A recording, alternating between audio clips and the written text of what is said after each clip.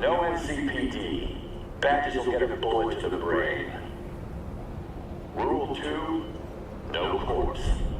You're just not welcome. Rule 3, my people keep the peace in the district and ensure its security. They are the law.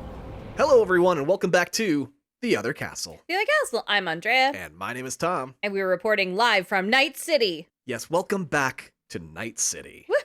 I'm so excited. So today is a very special episode. We are not in season. We're kind of like a special kind of fruit, which is something I've also just been called in my personal life. But we are a seasonal show typically. We're just doing something between the seasons to keep you guys occupied. And also, Tom just really wants to talk about Phantom Liberty. Yeah, a lot. Like, a lot. So let's indulge him because I'm really excited because I don't know anything and I really want to learn everything about it. So yes, this is a special bonus episode for all you Goombas out there as a little special holiday treat. Holidays!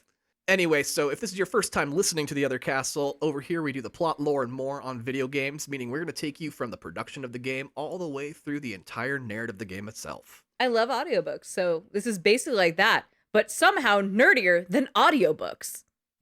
It really is a little bit nerdier, right? We found a way to take narrative and make it wild. But no, I'm super excited, especially just because I missed this. I haven't been on mic in a while, so I'm super stoked. We had a fantastic time with our last season. We've done a couple Patreon episodes since then, but this one's going out to everyone because you are Santa. I am, today anyway. I love Santa. And if you want to check out more, you can check out our website, theothercastlepodcast.com. That's theothercastlepodcast.com, where you can also find our full episode on the base game of Cyberpunk 2077. As well as our Instagram, our Discord, our item shop, as well as our Patreon. Like I mentioned, we had a bunch of episodes drop kind of in between seasons. Also, they just come out monthly, so even when we're in season, we're just doubling down. This last one we did was on the history of the Tamagotchi, one of the fan favorites for Christmas, so it felt appropriate. And then we got to talk about the Game Awards, which I love talking about an awards show. That's fun for me. Any excuse to talk about Jeff Keighley. Any excuse to talk about Jeff Keighley. My old friend. No, I was on a call with him once. Just one time. It was one time, but he called my personal phone, so he has my number. Oh, I did not know that. Yeah, he called my personal cell phone. We were not on a Google Meet. We were not on a Teams hang or whatever. He called me. Jeff, don't lose their number. No, he definitely did. Okay. This was years ago, Tom, but me convinced we're friends. We've had one conversation and exchanged a couple emails, but that's not the point. I know, it's all good.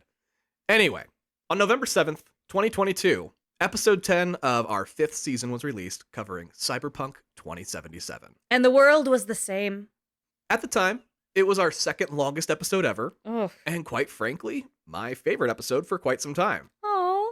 It was so full of twists and turns with a development and release cycle that was so chaotic that the making of section was longer than entire episodes in our catalog. That is insane to me. Also, again, sorry the Tattletale episode was so short. It's not even about that, honestly. No, true. It was nearly 2 hours of just going through what happened to get the game to the shelves, right? Yeah, basically. Holy it's shit. It's that insane. That being said, please, if you haven't listened to that episode or at least played the original Cyberpunk campaign, you're really going to want to before listening to this episode, as spoilers and plot points will be referenced heavily today. It's kind of like jumping into Star Wars with episode, 8. Right. Also, you can skip the first 13 minutes of that episode as we pitch an event that happened a long time ago now. Oh, no. So it's a little timely. The way if you're listening to this outside of when we release it, you're like, why are you talking about Christmas so much? Yeah, definitely. We're going to knock off the Christmas now. Yeah, all right. Ho, ho, ho. Being so long ago, a few things we said have changed in that time. There were also a couple things I got wrong or admitted in that episode that I would like to correct today as well. I love when we start with redactions. So, to begin, here are a few follow-up facts. We mentioned the Witcher TV series filming season 4 starring Liam Hemsworth coming soon. Somehow, still not here today, and it's allegedly still on its way. I really thought I just missed it. You know, sometimes you're like, wait, there's a Mufasa movie? Why is that even happening? I didn't know anyone was working on that. And you're like, oh, it's out right now. You know, I had that feelings with it of like, I must have just missed it. No, the world missed it. We still haven't fucking seen it. I was surprised when I heard Moana 2 was already out in theaters and kind of done in theaters. Moana 2's out? It's done. Jesus Christ. Am I not paying enough attention to things that are happening in pop culture? Because I feel like I'm trying to. Jesus. Well, anyway, I said Phantom Liberty would likely not release on time or in working order. Which, given the context, I don't think you were wrong to say that. Yeah, but within 1 year of that episode, Phantom Liberty released, and it was in damn near perfect condition. Hell yeah, and on time? On time, everything. Wow. Okay, see, CD Projekt Red saw where their opportunities were, and they absolutely went, yep, got it. We're gonna fix this shit. We're good. We can fix it. We can fix it. Which is, to bring it also back to the Game Awards, we saw the trailer for Witcher, or maybe the announcement teaser thing for Witcher 4. I don't know if it's technically a trailer. And they moved it from the Red Engine to the Unreal Engine. Yeah, I think for very obvious reasons. Because they're saying they have issues with their in-house engine, so they're like, well, let's use one that works. Fucking great. Their leadership is killing it right now on these decisions to make these just stronger pieces of content. Well, the Unreal Engine 5 is every bit as good as any other engine, so, like, might as well. Typically better, to be Right. real. Yeah. It's beautiful every time. I'm happy for them. It sounds like they've really taken a lot of learnings from the pretty rough release of the initial base game of Cyberpunk and put in the love to make sure that doesn't happen again. At the end of the episode, Andrea talked about a game that was about to come out and that she knew for a fact Oh no. it wouldn't come out a buggy mess. What did I fucking do and how wrong was I? That game was the Callisto Protocol. I'm sorry. It was glitch as fuck when it released. Yep. But our entire point was not to pre-order, and there you go. It's another example of why never pre-order, everybody. And I didn't, and I still got a buggy ass copy. Right. So fuck me, I guess. Andrea also brought up a great question about why we can't just use a brain dance to see what happened when Saburo Arasaka died. It's so the Lord of the Rings conundrum of like, why didn't they ride the eagles? Right. You know? Like, wait a minute, you have these tools. Or like, in Harry Potter, why don't you just ask Harry's, like, pull the memory out of Harry to figure out all the Voldemort shit? Yeah. Again, fantasy, not my strong suit. Right. No, definitely not. Like, there's a fucking bird, right? Ride the bird? I don't know. I'm amazed you went there. Yeah, me too, to be real. In order to record a brain dance, you need special software installed, and you need to be set up to record. Oh, okay. Yeah, so nobody thought to check a brain dance because there wasn't one.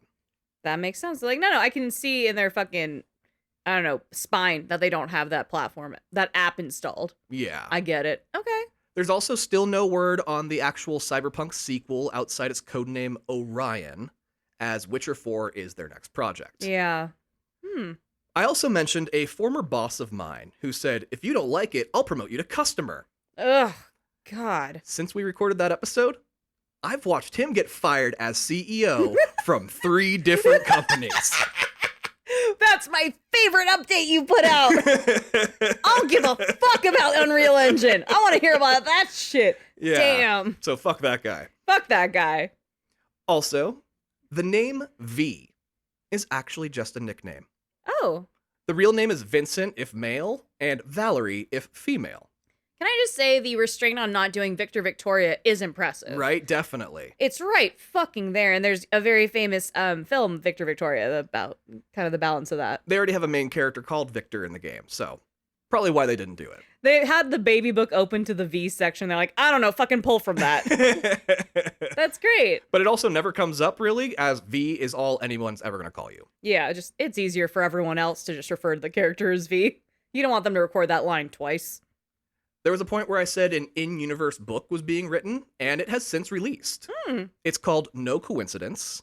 The audiobook is narrated by female V herself, Jeremy Lee. That's really cool. And the audiobook is where I learned to pronounce her name, because it's Jeremy, not Cherami Lay, like I kept calling her the entire first episode. Oh, no.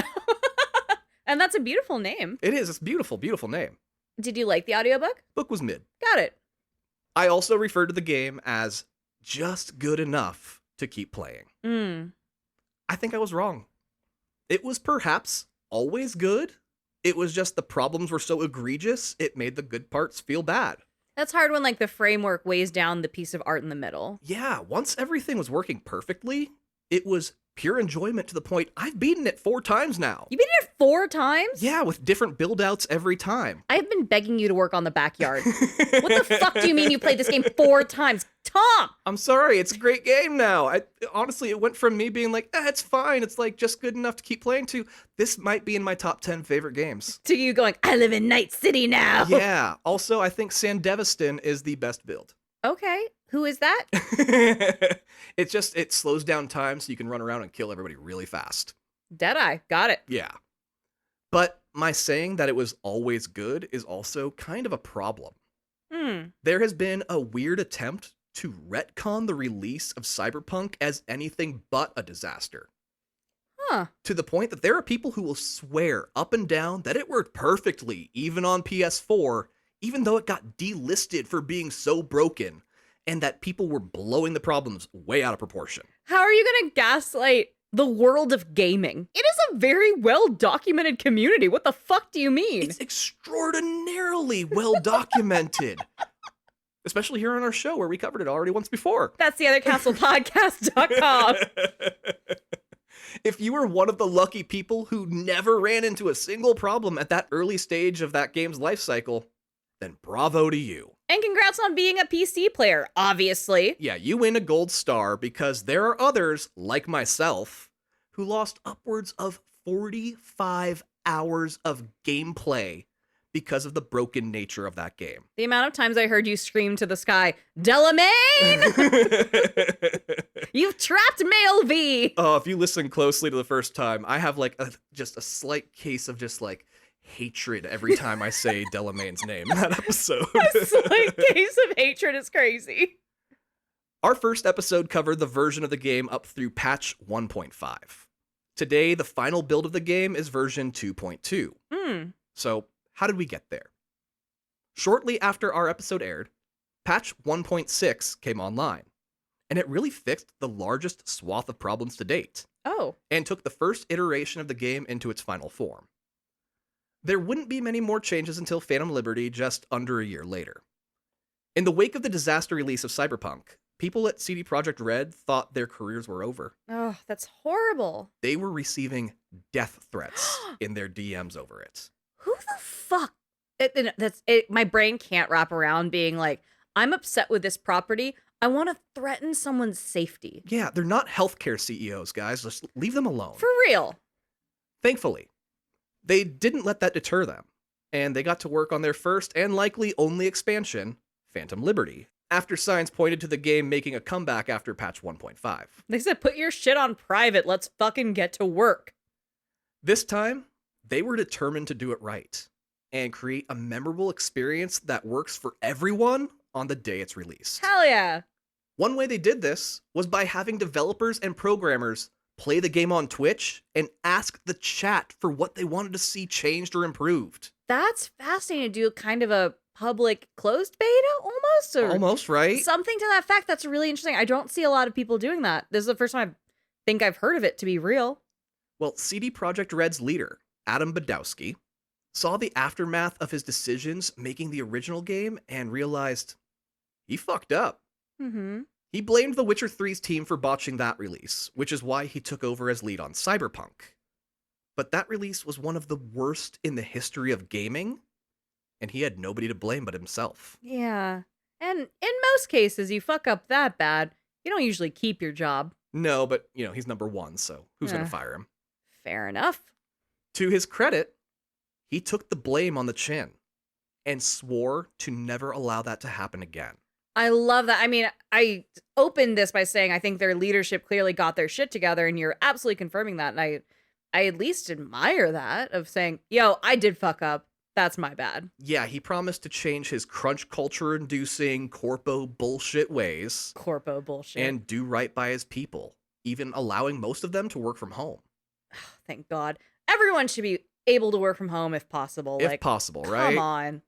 Because when it came down to it, they were the ones who saved the game in the end, and he owed them big time. Most of his best people were actively looking for new jobs. Reasonably, and to his detriment. But he reeled them back in with promises of raises and promotions, of which they all received. Wow, he actually pulled through. That's okay. He really went from evil corpo to like, we're getting close to like a Ben and Jerry's corpo, or maybe it's for the people. Yeah, he really set out to change his feathers. It was amazing. Culture is a trickle-down effect. Fully. It comes from leadership and the fact that he had the wherewithal to adjust to make sure that these people were actually taken care of, happy, and getting quality product out. Good for him. And then he beefed up the sizes of the teams, Good. adding extra members to reduce the need for crunch and giving them project managers to keep things organized. Hell yeah. Honestly, project manager is wildly overlooked, Right. and we need them in every sector. Seriously. I say that as a project manager, so you can check out my LinkedIn. For Phantom Liberty, the team had to create a new location within Night City, a place called Dogtown. It's a mixture of Los Angeles and Las Vegas. It features gambling, nightlife, celebrities, and some of the most violent and dangerous crime available. There's the Vegas of it. I was wondering when you'd get there. To be fair, I think it's a bit closer to New Vegas rather than Las Vegas, but that just might be my bias showing. With the smaller scale and size, they were determined to deliver on everything the original game promised, but failed to deliver. Since scoring Keanu Reeves as Johnny Silverhand was one of the biggest stories about the original game, Oh, God, yeah. they knew they needed to top that with another major celebrity draw. Where the first game they didn't set out to cast a celebrity, this time they went in with that intention. That's right, because with the first one, they were kind of going, oh, Johnny Silverhand really reminds us of Keanu, and this feels like a Keanu character. And they were like, would you want to come in? He said, why not? Well, they landed on the one man that might be cooler than Keanu Reeves. Idris Elba. Black Superman. He is famous for his role on the HBO series The Wire, as well as the BBC production Luther. For me, I discovered Idris Elba when he portrayed one of my favorite villains of all time. I know where you're going with this. Charles Minor on the American version of The Office. Motherfucker. Honestly, he played that character so fucking well. I knew like 8 Charles Minors in my life. Actually, that CEO that got fired, he was a total Charles Minor. That man did not have an effect on women. Do not fucking play. They also decided to change up how they would advertise the game. With the first outing, they relied heavily on Gavin Dre's performance of V in all the ads. And that's male V. That's male V. Yeah, they featured him pretty much predominantly. As most people who have played both versions of the character V will tell you, the female performer, Jeremy Lee, gave an arguably better performance. And she has won BAFTAs to the ceiling. She has hundreds of IMDb credits. She's just frankly a more seasoned actor. Yeah, so CD Projekt Red switched it up and made her version of V the main focus in advertising. Put a chick in it. Likely to create some distance between this release and the original one, as it was a fumble, and they didn't want to remind people of that. In June 2023, 3 months before the release of Phantom Liberty, at Summer Games Fest, CD Projekt Red got a hotel room and invited streamers and journalists to come by and try the expansion for the first time. I know that invite looked shady as fuck. Well, in classic Cyberpunk fashion, the game kept crashing. No. Okay, so they DM a bunch of streamers. They're like, we're in LA. Come to my room and play my game. And they go, oh, God damn it. I'm probably going to get murdered. I might as well check it out, though. I'll turn my location on.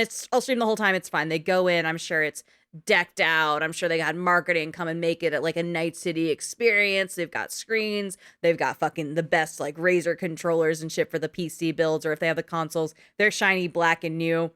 And then nothing works. The hardware they brought it to play on didn't have it properly downloaded. So they kept running into problems constantly during the preview. And hotel Wi-Fi is bullshit. Awful, right? I'd almost assume that they'd run into issues with like power sources not working because they're bringing things from Europe to LA. Mm-hmm. That's not even, that was my practical thing that might have been an issue. Fuck me. Oh, God. The preview also didn't feature Idris Elba's character. Or if it did, it came after one of the parts where it kept crashing and nobody got to see him. Oh, he glitched out and shit. Fuck. Which left all these people thinking, wow, looks like they blew it again. And Idris Elba, extremely hot at this time because he's coming off the heels of the Suicide Squad. Yeah. He's coming off the heels of Fast and Furious, Hobbs and Shaw, which all came out in the last few years. He's collecting franchises like a fucking king. He was in Marvel, so he came out of like being in the really good glory years of the MCU. He's collected them like Thanos with the fucking stones. We're talking about franchises. Oh, Thanos killed him in the Avengers, actually. Oh, yeah, that's right. Was he in Sonic by this point as well? Right, I think, yeah, he's Knuckles, and like, yeah, that's another time that he and Keanu Reeves worked together with Sonic 3, so. Jesus. With that botched presentation on the books, Adam Badowski started leaning into his old habits again Oh. and ordered an emergency crunch session to make the game playable for reviewers. He's kind of like a teacher that's not great with his students. He's like, I gave you guys extra snacks and recess time. What the fuck? Get back to work, you know? Well, I'm not sure if it's fortunately or unfortunately, but they did manage to fix the issues plaguing the demo before the end of Games Fest. Oh, that's a fast turnaround, though. And the first person to play a glitch-free version outside the studio was Jesse Cox, one of the founders of YouTube. Whoa. Right? That's a good get. Right? Totally. And he was absolutely mesmerized by the first mission in the game, saying he can't wait to play the rest. And this man's been at the forefront of media for decades. Totally. So that's extremely impressive. Well, that wasn't the end of their issues. Oh. The very next month, CD Projekt Red laid off 9% of their workforce. Oh, that sucks. It's been a rough last few years for layoffs in the gaming world, unfortunately. That's been just a real kick in the teeth for most studios. That was roughly 100 team members due to overstaffing. See, they phrase it as 9%, so you think that's not a lot. And then they say 100 people lost their livelihoods and have to be on the streets figuring out what to do to keep a roof over their head. And you're like, Jesus Christ! Then they made everyone work overtime. This makes perfect sense, right? I hate it. I hate it so much. I want to go fight this guy again. God damn it. Patrick Mills, the game's lore designer, had this to say about the development. There's an old liberal saying that states, you can't dismantle the master's house without the master's tools. So creating a game with an anti-capitalist message under a capitalist regime is the absolute embodiment of that statement. Wow, he said, at least we're being knowing, I guess. You need capitalism to make an anti-capitalist message. Ain't that the fucking truth? The irony was not lost on any of them. Yeah, because it's 9 p.m., none of them have eaten in 9 hours, and they're like, God damn it. In August, at Gamescom in Cologne, Germany, the public was given a chance to try a demo of the opening sequence. Kind of. And this is just about a month prior to launch. Right. I say the public, but they were hand-selected members of the public. Oh, does your shit say press? No, we're full. Well, it wasn't because they had clout. It was not because they were important in any way. The people they selected were specifically chosen because they had played Cyberpunk on day one of release, had a terrible experience, but stuck it out until it was good. I like that. I like that very pointed. I know we shit the bed for you before, but please check this shit out. Oh yeah, and like video from there, everybody's in cosplay and having the time of their fucking lives. That looks like a fantastic show. I'd love to go to Gamescom someday. Yeah, they wanted to reward those players with the first sneak peek as they were clearly the biggest and most loyal fans. Yeah. On September 26, 2023, Phantom Liberty released officially, selling 3 million copies in the first week. Wow. And receiving an 89% Metacritic score with many 10 out of 10s to its name. Beautiful. The losing streak for CD Projekt Red was over. And as of December 2024, it has sold over 8 million copies of this gigantic DLC. That's insane. Holy 8 million. A DLC that is so large, we're giving it its own episode. We do typically save DLC for Patreon, but you really were like, I can't. We got to give this to the people. Power to the fucking people. So it's time, my Choomba Goombas, What? to chrome up once more Jesus. as we head back to Night City. Because this is Cyberpunk 2077, Phantom Liberty. We're going to start this one off with a BioShot. Ooh. Because the story begins outside the game, as the final trailer served as a prologue to the events of Phantom Liberty. Oh, I love that. Just as BioShock's trailer was a prologue to the events of that game. It opens on a man standing on a billboard in Night City, hundreds of feet in the air, wearing a black trench coat and a hat pulled down over his eyes. He's talking with his netrunner through an implanted communication chip. The runner says, "This is it," and asks if the man trusts her, to which he responds, "You know I do." Taking a leap off the billboard, the man plummets to the city below and lands on the roof of a passing subway train just in the nick of time. Entering a train car, he removes the hat and trench coat, revealing the breathtaking Idris Elba beneath it all. Oh, he is breathtaking. His character name being Solomon Reed. That's cool. That's a cool guy name. He addresses his runner by her name, Somi, saying he's right where he's supposed to be, on a train headed far away from Night fucking City. The fact that it opens with fuck Night City. Right. We gotta get the fuck out of here. Like, okay. They're a little knowing. Somi confirms that he wasn't followed, and there's no police chatter about him either. He should be home by 2 a.m. Relieved, Solomon Reed relaxes in a chair and chit-chats with Somi, asking her if she's on her way out of the city yet as well. Being a cutscene, it's not the traditional Cyberpunk phone call where you can see the person on the call in the corner.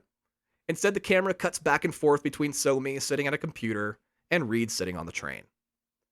Also, I'm going to pause to say the updates to the graphics for the game are so fucking insane. You can see the nail polish chipping on Somi's fingertips.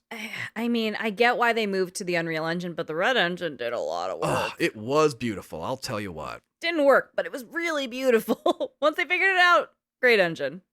She goes on to say that the government is cutting a deal as they speak to get her out of Night City as well.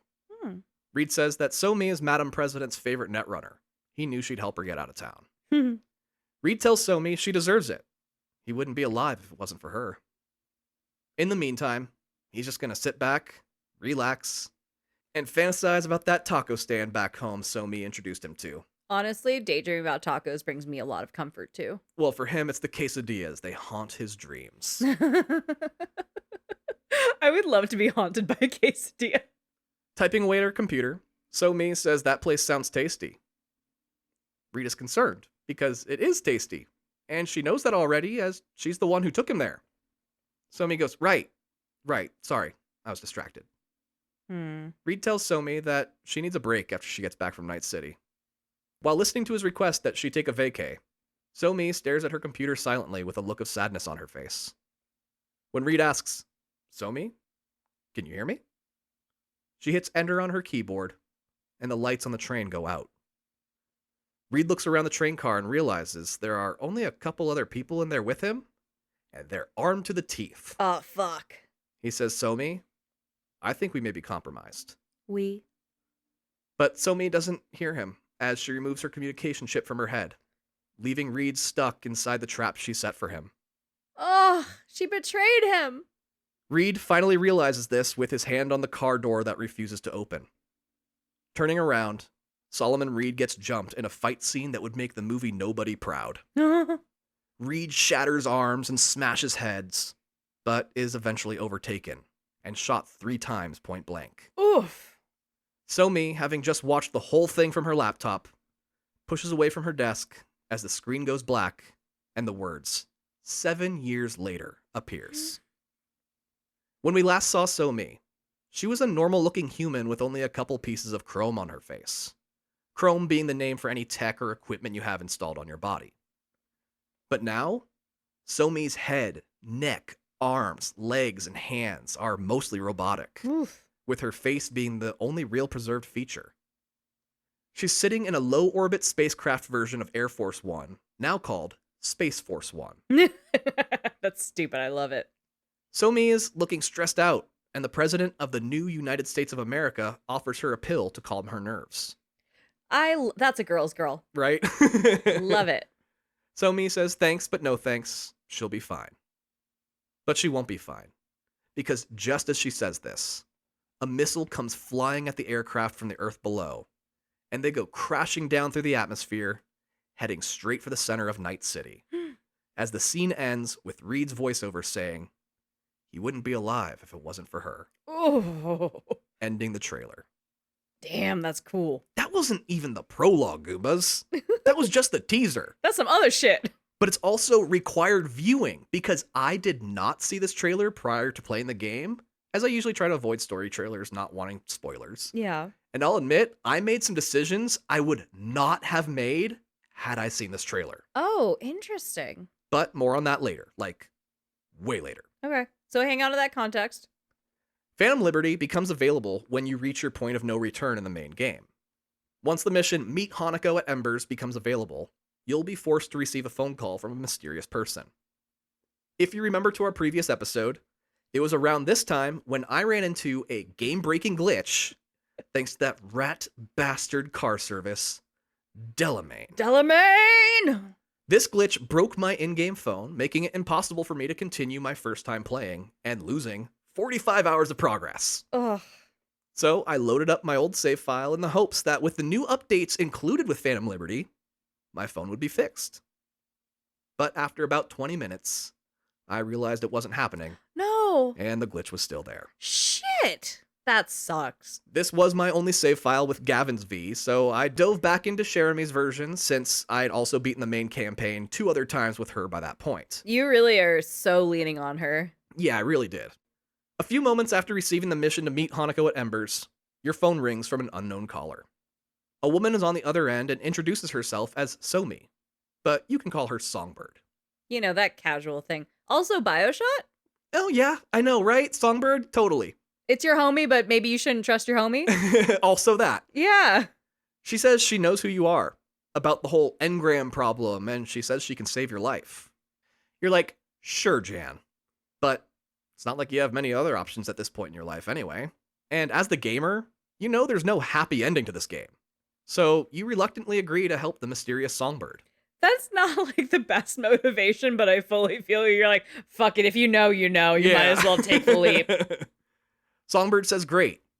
Meet me in Dogtown. You go, shoot first, ask questions later, Dogtown? The most dangerous part of Night City?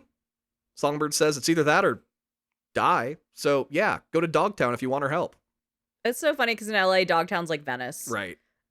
A really nice area now. Like, sure, there's a couple spots that like you want to make sure your cars are locked, but like, it's not that bad. There's a couple good movies about Dogtown, you know? Yeah, skateboarding, you get it.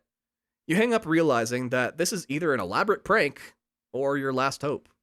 Who would prank you? What the fuck? You are a deadly mercenary with a body count stacked to the fucking ceiling. Who's out here being like, you know, it'd be really funny. Let's get the impractical jokers and set V up. Maybe we'll put them in a scene where they're a little uncomfortable. It'll be hilarious. We'll air it on TBS. Fuck you. They got the wrong Saul for this. Either way, it might be worth heading to Dogtown to find out. Yeah. Dogtown was not an accessible area prior to the release of Phantom Liberty. Was it referenced in the base game? Not at any point. Okay, so it's not like there was lore around this. You're going in pretty fresh to this DLC. Fully, yeah. The section of the map just straight up didn't exist. But now there's a high security blockade that keeps Dogtown separate from the rest of Night City. It basically runs as a separate entity, despite being located kind of in the center of Night City itself. The worst part of Night City we had seen so far was Pacifica, which was a sort of skid row of the city's least privileged citizens. Ironically, the opposite of what Pacifica in San Francisco is. That is one of the nicest fucking areas in one of the most expensive cities in the country. Oh, is it really? Pacifica's beautiful. They have a Taco Bell cantina on a pier, so like you can eat the shittiest food in the world while you're looking out at the Pacific Ocean. There's seals, there's dolphins, there's fucking seagulls. It's gorgeous. It's actual magic. Pacifica's a beautiful, very affluent area. Well, Dogtown, on the other hand, is the slums. Oh. Whereas the unhoused of Pacifica will leave you alone if you leave them alone, the unhoused of Dogtown will rob you blind and leave your corpse for the rats. Okay. Anyone with a half sense avoids Dogtown if they can. But you don't have half a sense. You actually have 2, thanks to Johnny Silverhand. Hey. Who also disagrees with this option. But that's just his 2 cents. Right. But, goddamn, that was good. But he realizes that you don't really have any other options right now either, so fuck it. He's a passenger. You arrive at the gate into Dogtown to look for Songbird. There's military personnel, gun turrets, high concrete walls, and cement barriers keeping the place an absolute chaotic mess of an entrance. Full war zone. While black, acrid smoke billows into the sky from inside Dogtown proper. Oof. Suddenly, your vision starts to blur, and red static fills your view. You grab the sides of your head in pain, and Johnny Silverhand appears screaming out that it feels like someone stuck his head in a vice. Oh, shit. You collapse, and a woman approaches you saying to calm yourself. Breathe through it. That is the meanest shit to be like, I see you're in pain. Have you tried calming down? Right. Have you tried shutting the fuck up? Condescending motherfucker.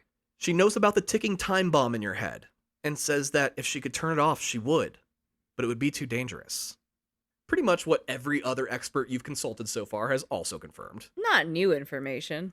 Johnny says she's fucking with the relic biochip in your head, and since that's his home, he doesn't like it one bit. Songbird blows everyone's mind when she turns and puts a hand on Johnny's shoulder. Oh shit, because you've been the only one as V to see Johnny to this point, right? Yeah, Johnny only exists in your fucking head. Oh, she can see your head ghost. She tells him that it's true, but that he doesn't need to worry. She's not here to hurt either of you. Johnny freaks out, saying, "This isn't right." Absolutely. He's like, no, bitch, I'm a ghost. What do you mean? Songbird apologizes to Johnny, saying that she's in here too now, and that for the moment, she needs to turn Johnny off, because the relic can't handle 3 brains very well, which is why you almost passed out a moment ago. Oof. The screen glitches, and Johnny vanishes, with Songbird standing alone in front of you. She says he's just muted, but he still knows what's going on, and you just won't be hearing from him for the time being. When you're in a fucking conference call and you hard mute someone else, you're like, it's not your time to talk. Right. Maybe shut their camera off too. Like, not today. You ask if she's a construct like Johnny, and she says no. She's a netrunner logging into your head via a back door she hacked in your relic. You're supposed to ask before you enter the back door. Fully, right? It's just polite. Buy me a drink first. She's currently on Space Force 1, sitting across from President Rosalind Myers. She says their ship has been remotely hijacked. All comms are down, and they are pointed directly at Night City. Oh. She reached out looking for some kind of communication opening and found you, making you her only contact in Night City right now. That's kind of, I get it because V's brain is so vulnerable. Yeah. They're like, well, this one's kind of fucked up. Gonna hit the back door, see what this is about. You're like, hold on. The president of the new United States has been kidnapped, and you want me, a low-level merc, to help. Fuck all the way off. Who are you, and what are you really doing inside my head? Tom, she really is on Impractical Jokers. It's a very, like, Cyberpunk Impractical Jokers skit to be like, yeah, you know what? The president needs you. I entered your brain. that was fucking around, but now I don't think I am. Songbird tells you that everything she is saying is true. The craft has been taken over, and they are barreling towards Dogtown right now. Oof. The president can survive a crash, but she's not confident she'll survive Dogtown. That's crazy. So she's hiring a merc to safely escort the president out. Now, do you accept, or does she need to scramble and find another person for the job? One who doesn't have a virtual brain tumor that she can fix, slowly killing them. I mean, that's a pretty good deal. You ask a few more questions, trying to get the clearest picture of what's going on. Songbird says that a man named Kurtis Hansen is likely the person who hijacked them. He runs Dogtown with an iron fist. A guy named Kurtis? Kurtis. And he has a million reasons to kidnap the president, as he is a power-hungry monster. You ask about her ability to cure you, and she points out that her muting of Johnny should be proof enough that she can at least turn him off. That's a strong point, babe. Promising that with the right equipment, she'll be able to cure you entirely. But first, she needs you to rescue the president. To motivate you further, she says the relic actually has some pretty sweet Militech features that have been turned off this whole time. So she turns them on for you. New abilities for the DLC? Giving you new access to some cool new abilities and skill trees to fill out as you level up through this section of the game. I love that. You know, there's such a big hurdle for games when they go into DLC or even sequels of how do I recreate a skill tree? How do I keep the player engaged and not using the same tricks? That's really cool to say, oh, they was here the whole time. Well, since the game released, there's always been a blank section on the skill tree. Since the very first iteration of the game, and fans have always said, like, we feel like that should be, like, for the relic itself. Why has it never been accessible yet? And they finally did. That's so clever, and that's such a cool way to engage gamers on, no, you do want to fill out the skill tree. Like, 100% this shit, let's go. Fully, and it sounds like they listened to, like, the fan theories and just put it into the game. They said that was a good idea. Songbird tells you that getting into Dogtown may be more difficult than getting out, as you need permission to come and go. Is it like an invite only like the temple? Yeah, it is. Huh. She doesn't have the time to make a fake passport for you, so she leads you to a secret entrance used by smugglers. She's having a very long conversation with you while she's barreling toward the surface of the earth. Such a long conversation, right? You're saying this, she's like, I'm sorry I couldn't make you a fake passport. Aren't you holding on to the emergency bar or like bracing yourself in a doorway right now? Yeah, I get that. She takes over for Johnny as your virtual BFF for a while, as you navigate your way through the secret entrance, disappearing and reappearing when you need her help or guidance. You start to wonder how Songbird is so good at all this. You've never met a netrunner this skilled before. She says that she works for the FIA, which is Cyberpunk for CIA.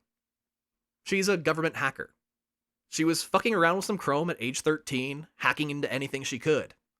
The FIA caught her and recruited her a few years later since she was so skilled at such a young age. Which is the story for a lot of game developers. Yeah, like, right? Just within the context of the community, it makes sense that they're like, well, she's so fucking good. We might as well have her on our side. Right. And you go, yeah, and I'm sure that's the whole story, too. V being sarcastic is fantastic. Songbird asks what it's like having an old rocker boy stuck in your head, because it sounds exhausting to her. She's immediately like, your roommate sucks. You go, not a samurai fan, I take it. Songbird responds, please, they were done by their second album. Ooh, she's a snob on top of it? On top of it, right? Fuck yeah! You finally emerge inside Dogtown itself, and it's as decrepit and depressing as everyone has made it out to be. Filthy streets, abandoned kiosks and shops, destitute people begging for scraps. This just sounds like a shitty mall. Songbird asks how bad your sickness has gotten. You explain that it's bad enough you accepted a job from a computer ghost telling you the president needs your help in the most dangerous part of Night City, all for the chance there might be a cure down the line. V has no patience at all. V has no compassion for this woman barreling down through the sky. Like, zero love in her heart. Songbird's like, it's that bad, huh? Don't worry, I can fix it. Songbird guides you to the roof of the building you're on. It has a really nice view. At least this time, it's practical and not the saddest, most desperate attempt to flirt imaginable. Because she wants you to see where they crash in the hopes you can get there first. Oof. What a nightmare on Songbird's part to be like, hey, I'm going to take you to a vantage point so you can see where my body will be. Right. Jesus. She's going through a lot and is relatively holding herself together very well, while V's kind of being like snarky. Right. But the elevator to the roof breaks, and Songbird tells you to find a nearby generator to power it back on. Are you okay? Because, you know, Tom goes off because there's always a goddamn generator. Always a goddamn generator. Once on the roof, Songbird appears and points to the sky, saying, there we are. We're about to enter Night City airspace, and we're coming in hot. That's gotta be a trip. You see Space Force 1 become clearer in the sky, and watch as several rockets fire directly at it and make contact. Oh, shit. So this is the moment from the trailer where they got hit. So when she was dissociating in the trailer and the president offered her a pill, that was her talking to you the whole time. That quick little bit is her hacking into your back door, kicking your boyfriend out, for lack of a better term, right, and saying, sorry I couldn't make you a fake ID. Come meet me in the worst place on Earth. So this rocket you just saw her get hit by, that was the rocket that hit them in the trailer. Oof. Songbird vanishes the moment one of them makes impact. And you watch Space Force 1 come careening directly at you, engulfed in flames. Damn, so Songbird really nailed that shit. Like, you want to be here for it. It passes inches over your head. Okay, Songbird was a little too close, but it was a rush job. I get it. Crashing into a nearby building as you duck for safety. You stand up saying, save the president. No fucking problem. As the words CD Projekt Red presents Phantom Liberty appear on screen. Great cold open. While the world around you burns. Oh, great fiery open. You dive down one of those yellow emergency escape tubes you sometimes find on construction sites and movies, and race toward the crashed aircraft. As per tradition, you exit the slide onto a pile of trash. Blech. As a trash heap is the starting point for all good cyberpunk stories. They're just going to say robot stories, because it's also very Detroit Become Human. Right. Songbird reconnects saying she was able to eject just before the crash. But President Myers didn't. She was placed in a safety capsule inside Space Force 1 for her protection. That's actually very clever. It appears as though of the 11 on board, only the President and Songbird have survived. That's convenient. You arrive at the crash site to find Kurtis Hansen's forces already there, searching for the President. After clearing them out, You enter the ship to find a slew of dead bodies. Oh. Songbird worries you are too late and guides you to the safety capsule. Opening the door, you're immediately greeted by the butt end of a rifle and knocked to the ground. President Rosalind Myers holds the gun to your head, demanding answers. You don't survive in politics by being soft. Not at all. I'm gonna fucking rifle whip you, bitch. No, President Rosalind Myers is kind of a badass. Okay, she's better than President Meyer in Veep. Right. You say you're V, and that you're here to rescue her. She says, good thing V is my favorite letter of the alphabet. You have a favorite letter of the alphabet? Politicians are so fucking fake. Then she helps you up, as Songbird did brief her to expect you. I think there's some irony that clearly Songbird is an incredible project manager, and CD Projekt Red had just kind of discovered the joy of having a really good project manager, connecting the dots, keeping people briefed. Right. I get it. I see the lines here. The two of you load up with weapons and exit Space Force One to a firefight with Hansen's people. After the fight, the president laments all the loss of life over her. You say that Kurt Hansen did this, and not to blame herself for this bullshit. She thanks you, but this goes way deeper than you realize. Space Force One was hacked, and the only way that would be possible is if it was by someone inside her own administration. I wonder if she knows any crazy hackers that would understand how to do shit like that. It's probably nothing. Someone she personally selected has betrayed her and gave Kurtis Hansen everything he needed to take her craft down. And it's probably not Songbird.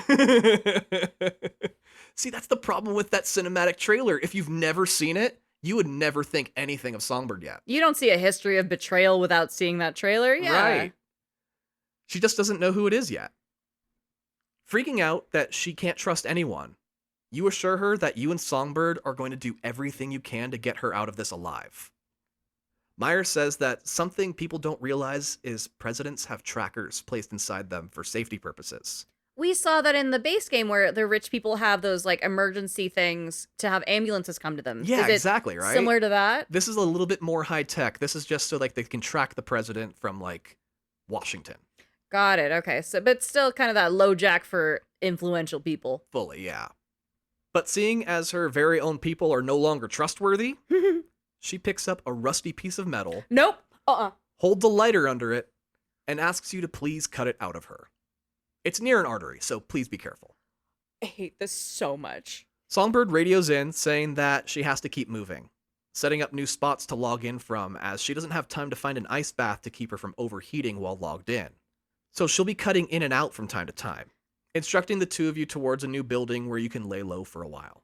That's right. And she needs the ice baths because when you're logged in, your body can get up to like 120 degrees or something. Yeah, really hot. So it's essential that she finds this. So spacing it out totally makes sense.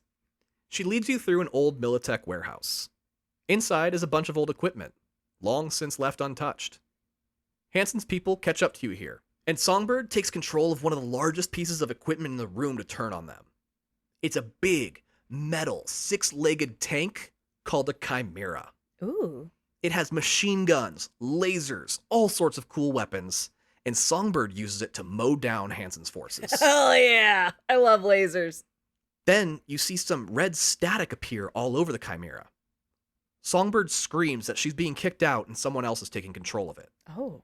The Chimera comes alive and targets the two of you. That's a fucking trip to see it mow down the enemies, have a sad moment, and come after you. So you run for your lives, as this tank is way more than you can handle.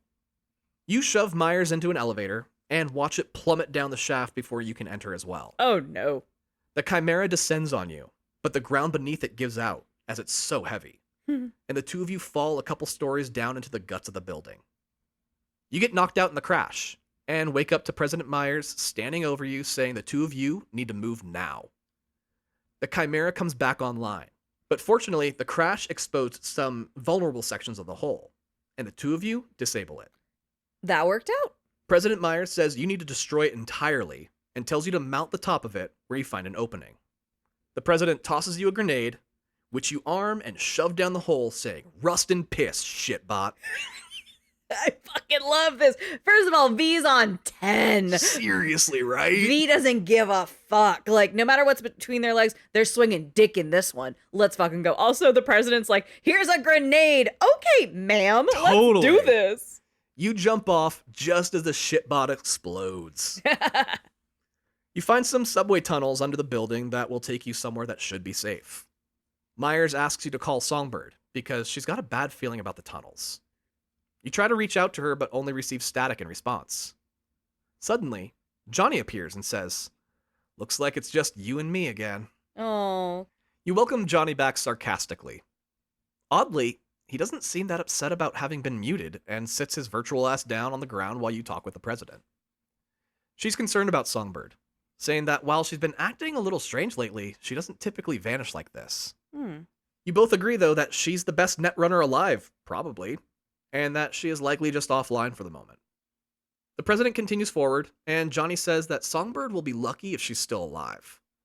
You ask for more details, and Johnny tells you what it was like being muted. It felt like he was being drowned in a lake. In a lake house? Except he could see and hear everything you were doing. He just couldn't surface from the water. But when Songbird lost control of the Chimera, he realized it wasn't a lake. It was an ocean. I'm gonna kick you in the fucking shins. And it began to boil. After you killed the Chimera, he was free. And he has no reason to believe Songbird did that willingly. And he really went through a Matrix resurrection. Oh my god, you don't need to name different Keanu Reeves movies. Oh goodness. Anyway, something happened to Songbird, and he's not confident it was anything good. You eventually make your way to a safe house Songbird had told you about. On the elevator ride to the safe house, you tell the president about your whole biochip situation, as you have one of your coughing and fainting fits along the way. She had heard about the relic going missing, and Saboru Arasaka dying the same day. She's mildly impressed to be running around with the person responsible, and now understands why you agreed to help, since she's positive Songbird can actually cure you. Also, Myers stops calling her Songbird from here out, and starts referring to her as Somi, and honestly, people jump between the two names pretty much constantly and without warning or reason. Oh. So yeah, it's Somi, Songbird, same person. Gotcha, thank you. Entering the safe house, you look around for Somi, but she hasn't arrived yet.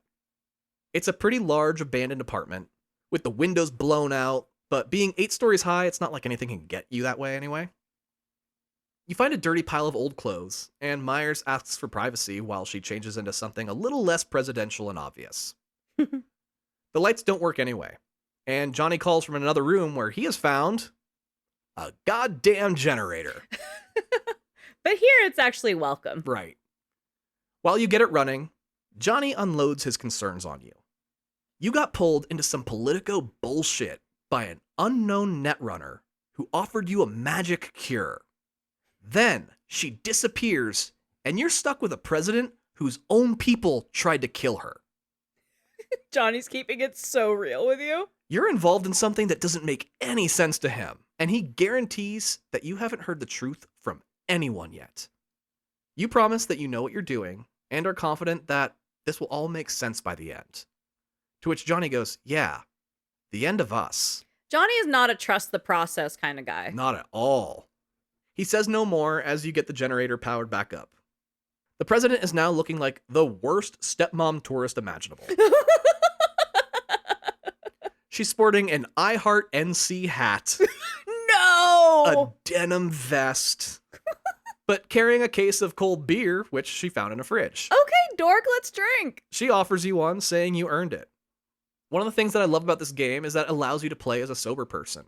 And nobody judges you for it, as you can refuse to drink respectfully. That's how you know this is a work of fiction. Yeah, because as a sober person in real life, that's not always the case, both in video games and real life. Just to sidestep, my favorite thing is when you told someone, like, oh, I actually don't drink. Do you have, like, an iced tea or a soda? And they went, what, like, you don't drink whiskey? Yeah. I have beer. And you went, no. Yep, that definitely happened. As the two of you wait for Somi, you turn on the radio, where Kurtis Hansen is being interviewed about the downed craft that crashed into Dogtown. He says that the whole thing is fake news, made up to make him look bad. It was all orchestrated by the president herself to give the NUSA an excuse to invade Dogtown, and that he will not be intimidated. I don't like it. Myers turns off the radio in fury, saying that the troglodyte is clever. She'll give him that. Great vocabulary on her. Oh, I love that she called him a troglodyte. Yeah, that's a fun, rare insult. He is immediately taking control of the narrative via the press. The two of you are interrupted by the sound of footsteps outside the safe house. You question if it's Somi, but the president grabs a rifle and tells you to hide until you can be sure. The door opens, and two men enter, Oh, no. excited that they just found the best hideout in the city. Penthouse views and working electricity. One of them says that the working electricity isn't necessarily a good sign. It could mean that this place is already claimed. There you go, buddy. His partner says he's always so paranoid. This will give them a perfect vantage point to spot cargo airdrops coming into Dogtown that they can steal. Myers whispers to you to take them out. You tell her to calm the fuck down, they're just some thieves. They can be reasoned with. The two of you pop up and tell them to put their weapons down. The one who was apprehensive is named Taylor, and he says he knew it was too good to be true. Poor guy is like, I fucking called it. The other guy is named Jacob, and he tells you and Myers to calm down. They're just looking for a place to sleep for the night. Myers tells him this place is taken and to move on. Jacob looks at her and goes, "Oh, I see. This must be the presidential suite. Dun, dun, I know exactly who you are. From here, you can kill them as they clearly know who you are, or talk them down. It doesn't really matter in the long run. If you talk them down, they just kind of hang out in the safe house the rest of the game and say silly shit from time to time. I like that version. You and Myers settle down after the confrontation and relax by an open window. You ask what happens if So-Mi doesn't show up. Myers tells you there's one other option, and she hopes she won't have to go there. So, for now, we wait. The two of you fall asleep, and the next day, So-Mi still hasn't arrived. Oh, shit. She's never gone dark this long. Ever.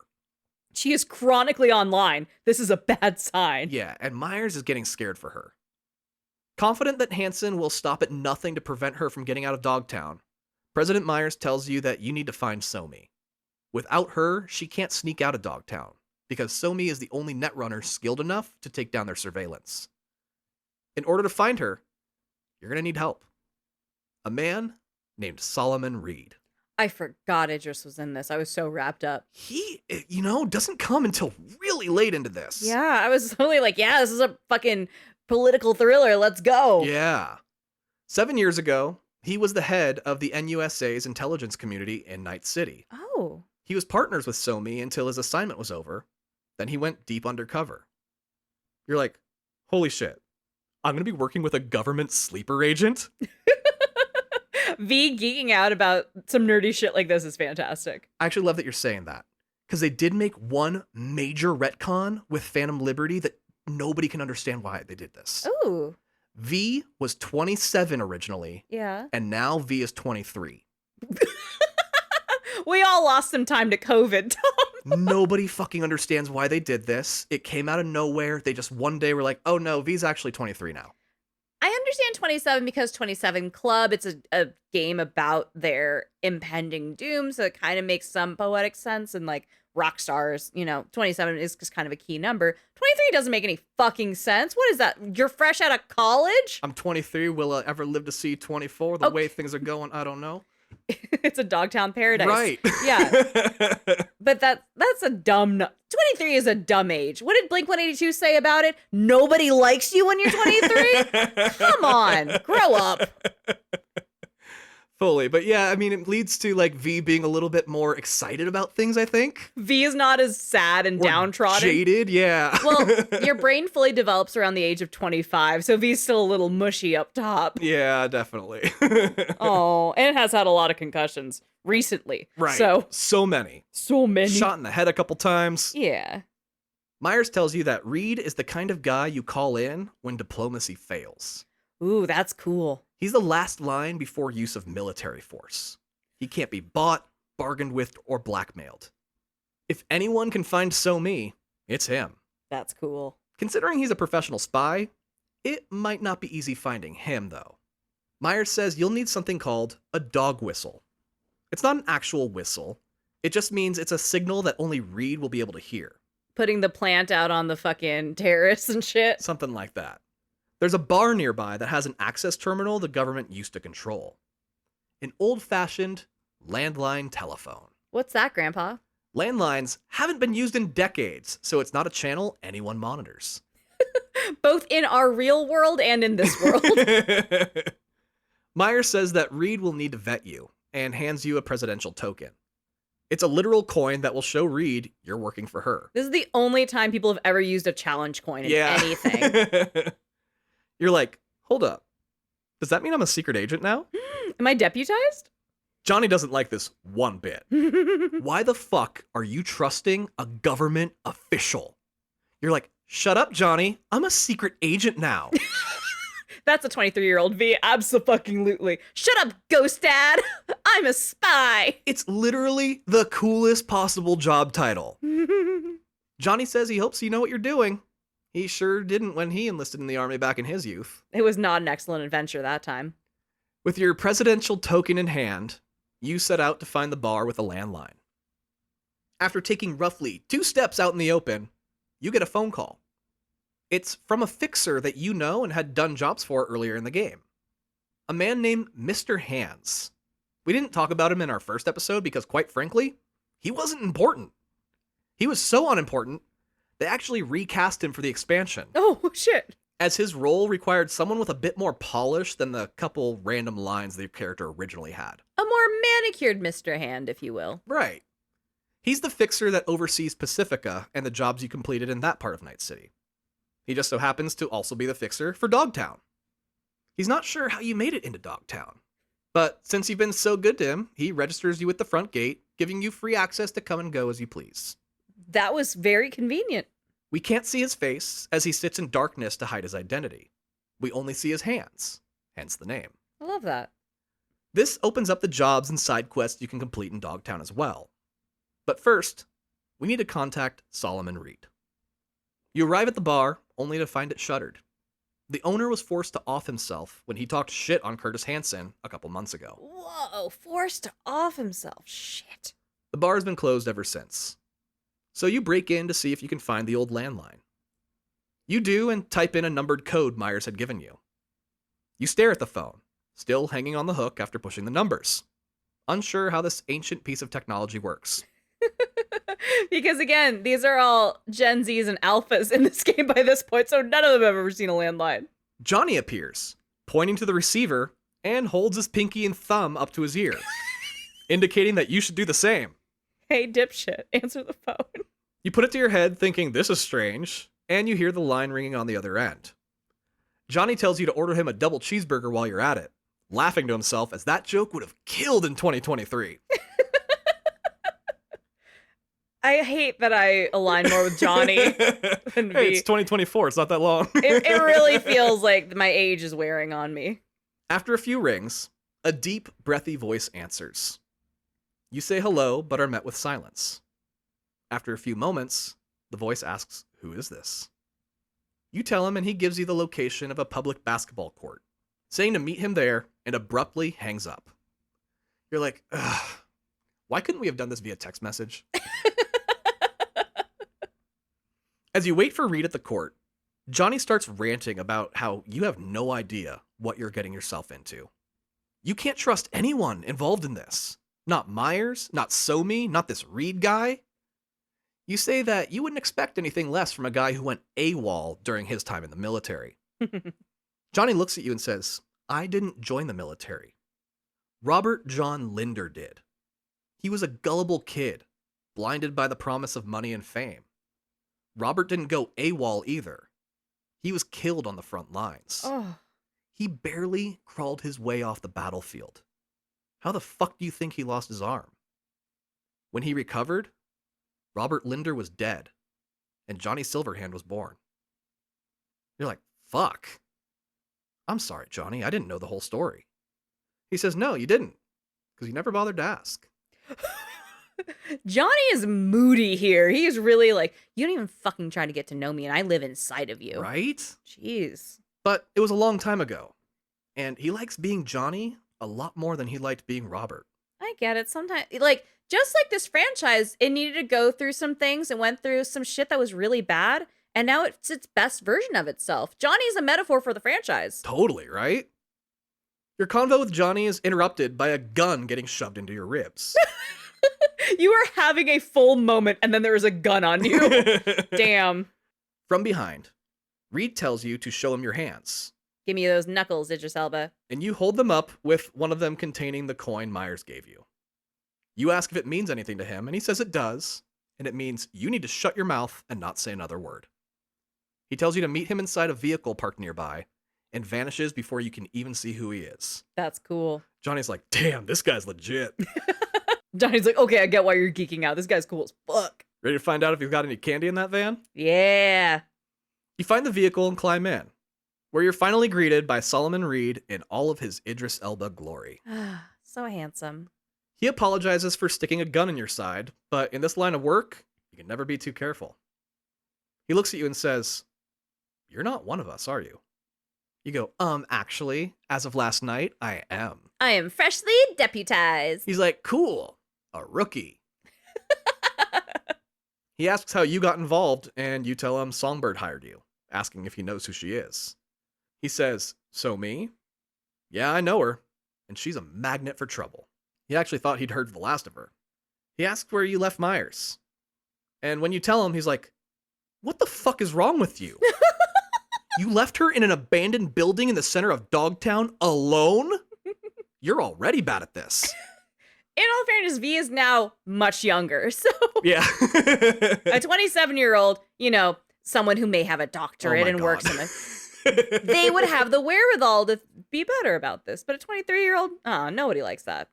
You ask what you were supposed to do? Drag her presidential ass through Dogtown when every person here is looking for her? Reed doesn't answer you because he's busy answering his phone instead. He gets into a bit of an argument with the other person, telling him to call Bob. He's busy right now. When he hangs up, he explains that was his boss. Reed's a bouncer at a local bar while he's undercover. You arrive at the building only to find it surrounded by Hansen's men. Reed isn't surprised, figuring you probably got made as soon as you stepped foot outside in Dogtown. Rookie mistake. And with a place with such a fortress of an area, they're gonna notice someone new. Right, and considering Hans called you immediately, it's hard to argue. Yeah, it's very clear. Reed read this. You take out the soldiers who, fortunately, had not yet found the president. When you make it to the safe house, Myers is fine and overall relieved to see the two of you. She was just bored and day drinking the rest of that beer. She kind of was. She very casually opened the door oh, hey guys. Oh, were you the pizza? No, it's just you guys. Fuck. Reed says he's surprised she called, and Myers tells him that she never expected to be in Night City with a bounty on her head, but here we are. It seemed like as good a time as any to reconnect with an old friend. If this was an election cycle, she would be approaching this very differently. Right? She'd be like, I am here to do the dirty work. She's going to kiss a baby, Because it's not an election cycle, she's like, we can just fucking be chill about this. Johnny appears saying, a president, a merc, and a secret agent walk into a bar. Then wonders out loud where he fits into this joke. You're a ghost, dude. Myers and Reed catch up a bit, trying to figure out who the traitor is in her administration. Reed reminds her she's the president. Her list of enemies is long. Myers asks if he knows who else was on board. Reed confirms that you told him Somi was there too. Right now, we're not sure if she's alive or dead, and she needs Reed's help finding her, seeing as she was his protege. She says that coupling his history with your mental link to Somi, the two of you need to work together and find her, just to confirm whether or not she was the rat, as she is the only lead they have right now. Reed is pissed, saying he already died for the cause once. Isn't that enough? You ask him what he means by that, and he tells you that Arasaka tried to kill him. They ambushed him on a train, shot him full of holes. That was Arasaka. It was nearly a year before he was able to shit by himself. Ugh. Let alone make a full recovery. Very graphic, but very impactful language. You're like, that's a bit different from the story you heard. But you can also understand why the details weren't shared with you. Yeah, because you're 23. No one's going to give a 23-year-old the full fucking story about that. About a guy that you haven't met yet. Yeah.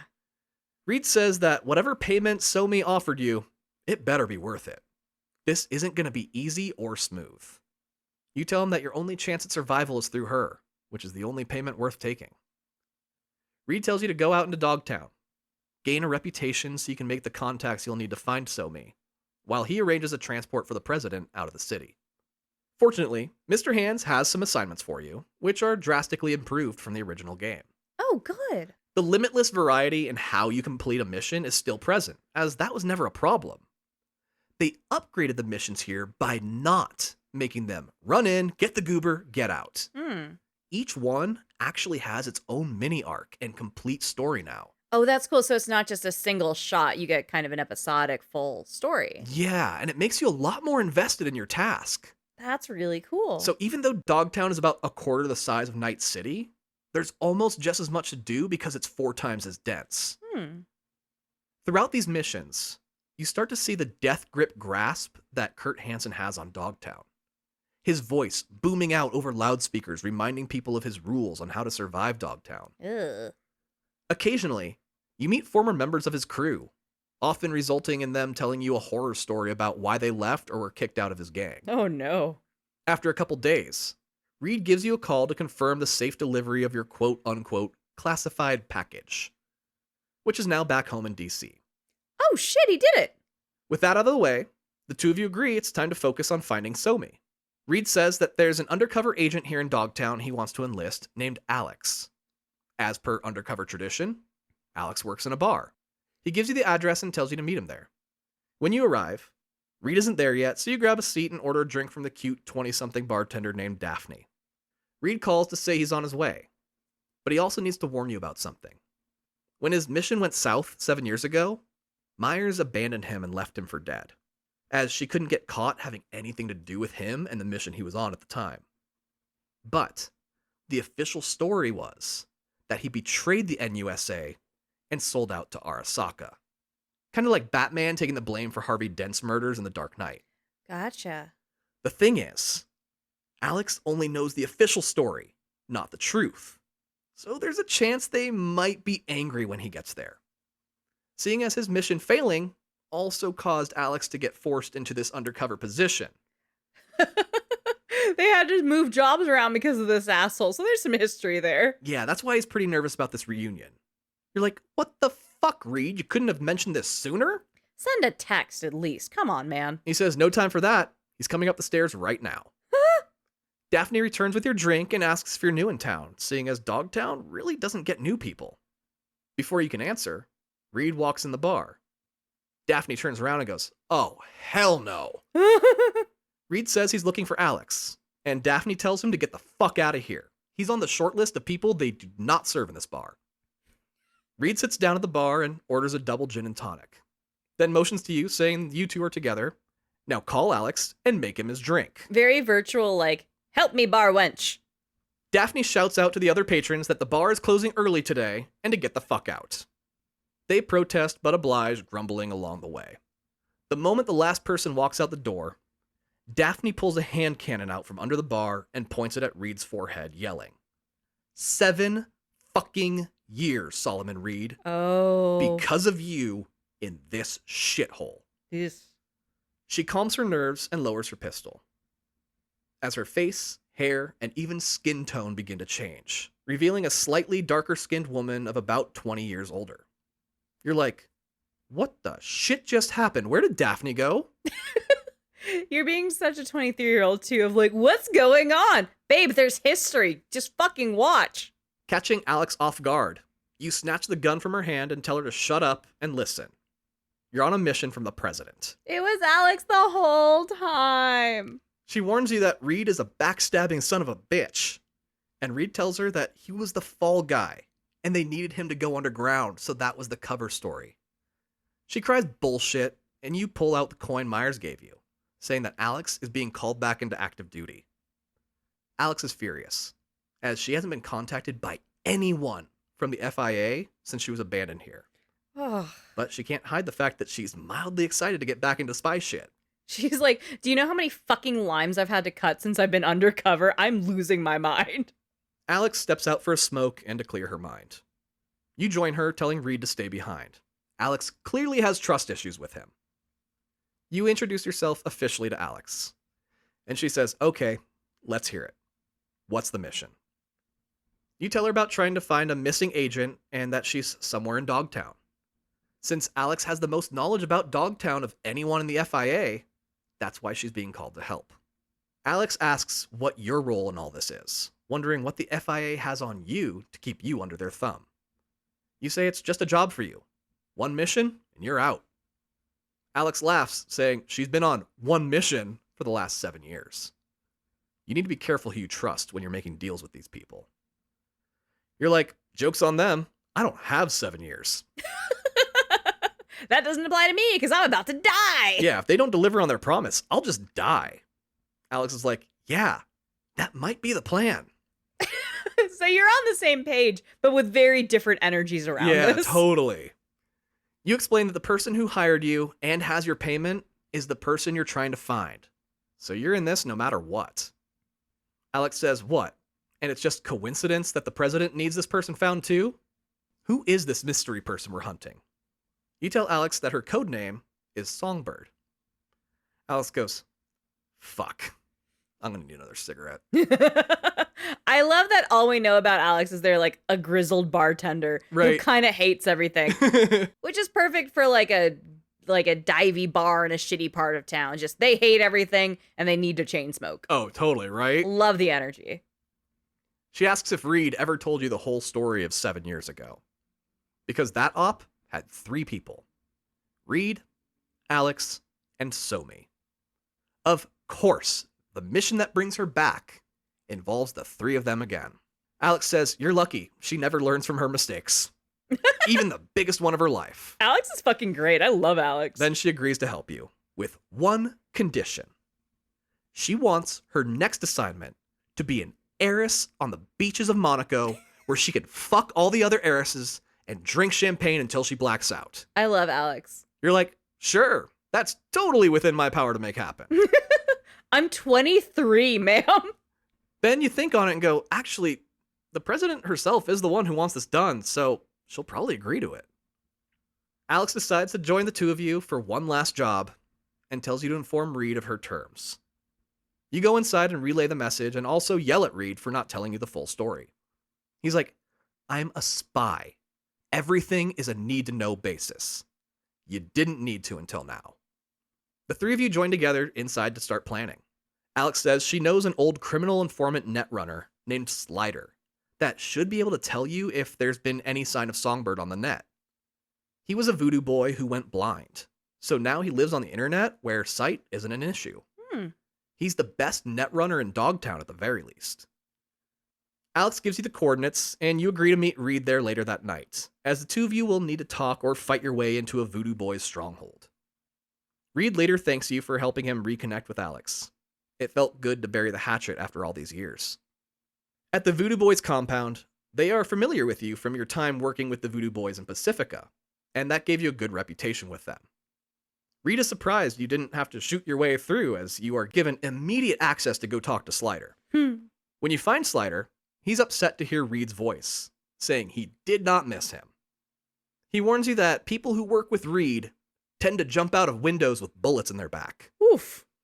Slider asks what you want with him, and you tell him about the cyber attack on Songbird when she connected to the Chimera.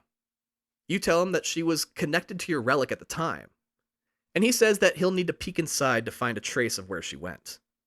You're apprehensive, but agree to let him, telling Reed to keep an eye on him. The 2 of you connect to one another, and he begins to explore inside your head. He tells you when he's about to access your relic, and then the screen begins to glitch, as you, Johnny, and now Slider all scream out in pain. Oof. Slider pants, asking, what the fuck did you bring him? Do you have any idea what's in there? Just to confirm he's talking about Johnny, you ask Slider to tell you what he saw. He says that there are traces of the black wall inside the relic. If you need a reminder, the black wall is essentially the dark web, but like deadly dangerous to netrunners as it's completely run by rogue AIs. Ooh. And they see netrunners as a threat. Slider tells you that Songbird put a part of the black wall inside your relic and has used it as a sort of wormhole into your head. But what kind of monster would do that? Songbird. You tell him tough shit. He's part of this now, instructing him to go deeper and to travel through the scary black wall in your head to see where it leads. Slider knows he's a blind fish in a tiny barrel and agrees to go deeper. Suddenly, everything becomes red static in the room and you begin to glitch. Time freezes, and you can see So-Mi appear in your field of vision as a digital projection, just like Johnny once more. We haven't seen her in so long. In so long. She's grabbing her own head, clearly injured from this sudden connection. She looks around the room and asks, "Is that really Solomon Reed?" You confirm it is, and that the two of you are working with Alex to find her. She's grateful, saying there's nobody better than Reed. You ask what happened to her, and she says that when she got kicked out of the Chimera, it was because they caught her. She tried to hide inside the Black Wall, but that place is dangerous as shit, and she was forced to give up. She managed to survive, but she's been taken captive by Hansen and his people. Yeah, that tracks. They're not hurting her as long as she keeps doing little hack jobs for him. Time unfreezes as So-Mi vanishes again, and Slider is freaking out with sparks flying out of his head. Oh. Time stops once more, and So-Mi shouts out the address to a nightclub.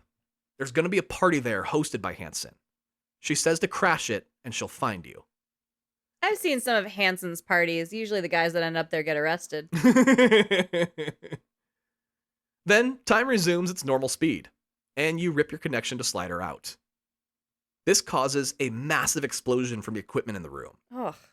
and Slider's body slumps over dead. Fuck. That poor guy. He's having a terrible afternoon. You're like, damn, that was totally our fault. We really fucked that one up. Reed goes, yep, sucks to be him. Let's move. Oh.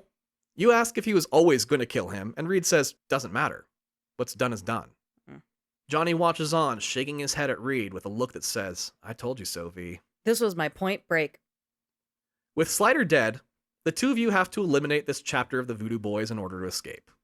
Once you do, Reed asks for a debrief on your convo with Songbird. You tell him that she's happy to hear Reed is helping, and that the two of you have a party to crash. Reed says that the party is being held at Hansen's nightclub inside a fancy hotel, the highest security building in Dogtown. The only way the two of you are getting into that party is with an invitation. And they're going to need makeovers. Here we cut to the Night City shopping mall, where Reed and V are just coming in and out of dressing rooms, trying on silly hats, before landing on a very sexy outfit for the party. Well, Alex drinks and gives thumbs ups or thumbs downs. Yeah. No, Alex is just chain smoking with middle fingers every time. The whole time, Alex right? doesn't give a fuck. I love it. Reed says he'll work with Alex to see if he can score an invite. And you tell Reed you'll call Mr. Hands to check if there's any leverage there. And Alex is going to go get some party favors. Oh, God. She's a bartender. She knows people. Mr. Hands tells you that he probably cannot get you an actual invite, but he can definitely get you into the party. You just need to complete some jobs for him first. Like I said, these side missions are all pretty complex, but overall, they don't contribute to the main story. They just put you in the good graces of Mr. Hands. After you complete your tasks for him, he tells you to come meet him in person. See the face behind the hands. You text Reed to let him know you got your in, and he says good. He and Alex managed to convince a couple different people to help you, but they all died shortly after contacting them. Reed is messy. I love it. Oh well, good thing we got you, right? You're like, yeah, what's that old saying? This isn't my first break-in of a maximum security hotel? V's great in this. You go to see Mr. Hands, who has a private office inside a local bar. You enter and meet him for the first time in person. I don't know what I was expecting, but it wasn't a hipster. No. He's got a big stylized mustache, long manicured beard with a gray streak that extends perfectly up through the hair on his head, wearing a maroon lounge suit. Stop. Yeah. What a dork. Totally a dork, right? He says that you did incredible work on those jobs, and it has made him a much stronger force here in Dogtown. With a couple more mercs like you, he could have more than just Pacifica and Dogtown. He'd be able to take on all of Night City. You check him saying that Hansen has Dogtown, not him. He says that's true. But if everything goes the way he's predicting it'll go, he thinks you're going to be taking care of Hansen very soon. Hansen has a lot, which means he has a lot to lose. Mr. Hands is planning to be there when he does to swoop up the remainder. All you have to do is everything you were already planning on doing. Offering you a cup of tea, he tells you about Hansen's rise to power. He was one of the NUSA's top colonels. He was deployed to Night City during the Corpo Wars of 2069. Nice. After the war, he was abandoned by the NUSA, as they tend to do with their top people, and Hansen decided to take his men and start Dogtown. He went from soldier to arms dealer pretty much overnight. You tell him you don't give a shit about backstory. You need to get into the little shindig he's throwing. Mr. Hands says that one of the jobs he pulled allowed him to acquire the blueprints for the hotel, along with all of its vulnerabilities, blind spots, and back doors. He says not to worry. Nobody knows you're working with Mr. Hands, and nobody will know you have this information. The reason Mr. Hands is still alive, unlike, say, Dexter to Sean, is because he knows how to keep his fucking mouth shut. Not really. The second you walked in, he's like, let me explain everyone's bullshit. Well, he also wants that from you as well. And that's all I needed to say. He didn't need to be like, and then one time at fucking Army, we all got in a fight. He's not being low key at all. He's being to be frank, it feels a little amateur. He's really given up the goat. It's like supervillain at the third act. Oh, well. You take the information you need and leave, telling Mr. Hands it was nice putting a face to the voice. He says that very few people have done so and lived to tell the tale. So thanks for doing all those hand jobs for me. Please do not make him regret this. You forward the info to Reed, and he tells you to meet him and Alex at the bar to plan your next moves. You arrive and have one of your coughing and fainting fits just as you cross the threshold. Reed grabs you, asking if it's your relic. You confirm it is, and he asks just how bad it actually is. You tell him it's pretty fucking bad, Reed. Any one of these attacks could be the last, and they're coming more frequently. But when they're not happening, everything is fine and you're in control. So until you die, you plan on pushing forward like it's not happening. Thank you very much. Okay. Changing the subject, you ask Reed to tell you more about what happened 7 years ago. He explains that someone in the FIA betrayed him, sold him out as a bargaining chip. He didn't realize it at the time, but the mission he was on only succeeded because of that trade-off. Freedom isn't free, and there's a hefty fucking fee. He was supposed to die, but he survived against all odds. You're like, hold up. They sold you out, and you're working for them again? He says, that was some old shit. He was mad at first, but that anger scarred over like his bullet wounds. Bars. So he's over it and just wants to move forward. At least now he gets to do his old job again. Speaking of, he tells you to follow him. He has something he wants to show you. I would follow Idris Elba anywhere. Fucking anywhere, if right? he's like, I have something to show you, I don't give a fuck. Take me there. He takes you to a back room in the bar, where an old rickety elevator can be found. Before you enter, some extremely high-tech machine scans you two, confirming your ID. Reed says that only a girl like Alex would have the balls to build a bar over their old safe house. Wow, that's cool. At the bottom of the elevator, you come out to a big sewer-like room, kind of like the Ninja Turtles base. Well, Foot Clan, Hand Clan base. Yeah, I get it. Totally. Reed continues telling you about the time just before he was betrayed, and the events that led up to it. The Corpo Wars ended in 2069, but there were small battles that still needed won over the next year while new leadership roles were being established. Being the lead agent in Night City, he was in charge of a bunch of teams moving in silence, taking out targets. But one by one, his teams were getting killed, which is why a deal was struck. The rest of the teams can live if they turn over Reed to Arasaka. Fuck. He was just surprised they made Songbird pull the trigger. You're like, hold the phone. The person we're looking for is the one who betrayed you? What the fuck are you involved in here? I love that V's like, this isn't how friends treat each other. You are not doing this appropriately. Reed points to a chair, saying she was sitting right in this room while he was on a train leaving the city. Fuck. She got her ticket out by locking him in. Oof. But again, he gets it. Sacrificing him saved a lot of lives. There's sympathy and martyrdom, certainly. Yeah, so he's not that mad about it all these years later. He would have probably done the same in her shoes. He said, damn, I get it. It's actually President Myers he has a problem with. But he doesn't get into more detail as Alex arrives, asking if she's missed anything. Reed says he's just getting you up to speed is all. Just lore. Yeah. While you've been out working for Mr. Hands, Alex and Reed have been analyzing the data that was collected when Slider connected to you. He was able to locate the mission orders that instructed Somi to access you via the Blackwall and your relic. All personally signed by President Myers. Alex is like, that's some fun new information, isn't it? Alex is so burnt out. Anyway, let's get you into that party. It's one thing to sneak in, it's another entirely to stay in once you're there. Which is why we need makeovers. Using the blueprints, Alex says this isn't going to be fun or easy, but here's the plan. You're going to throw on some scuba gear and swim through a river of toxic and human waste.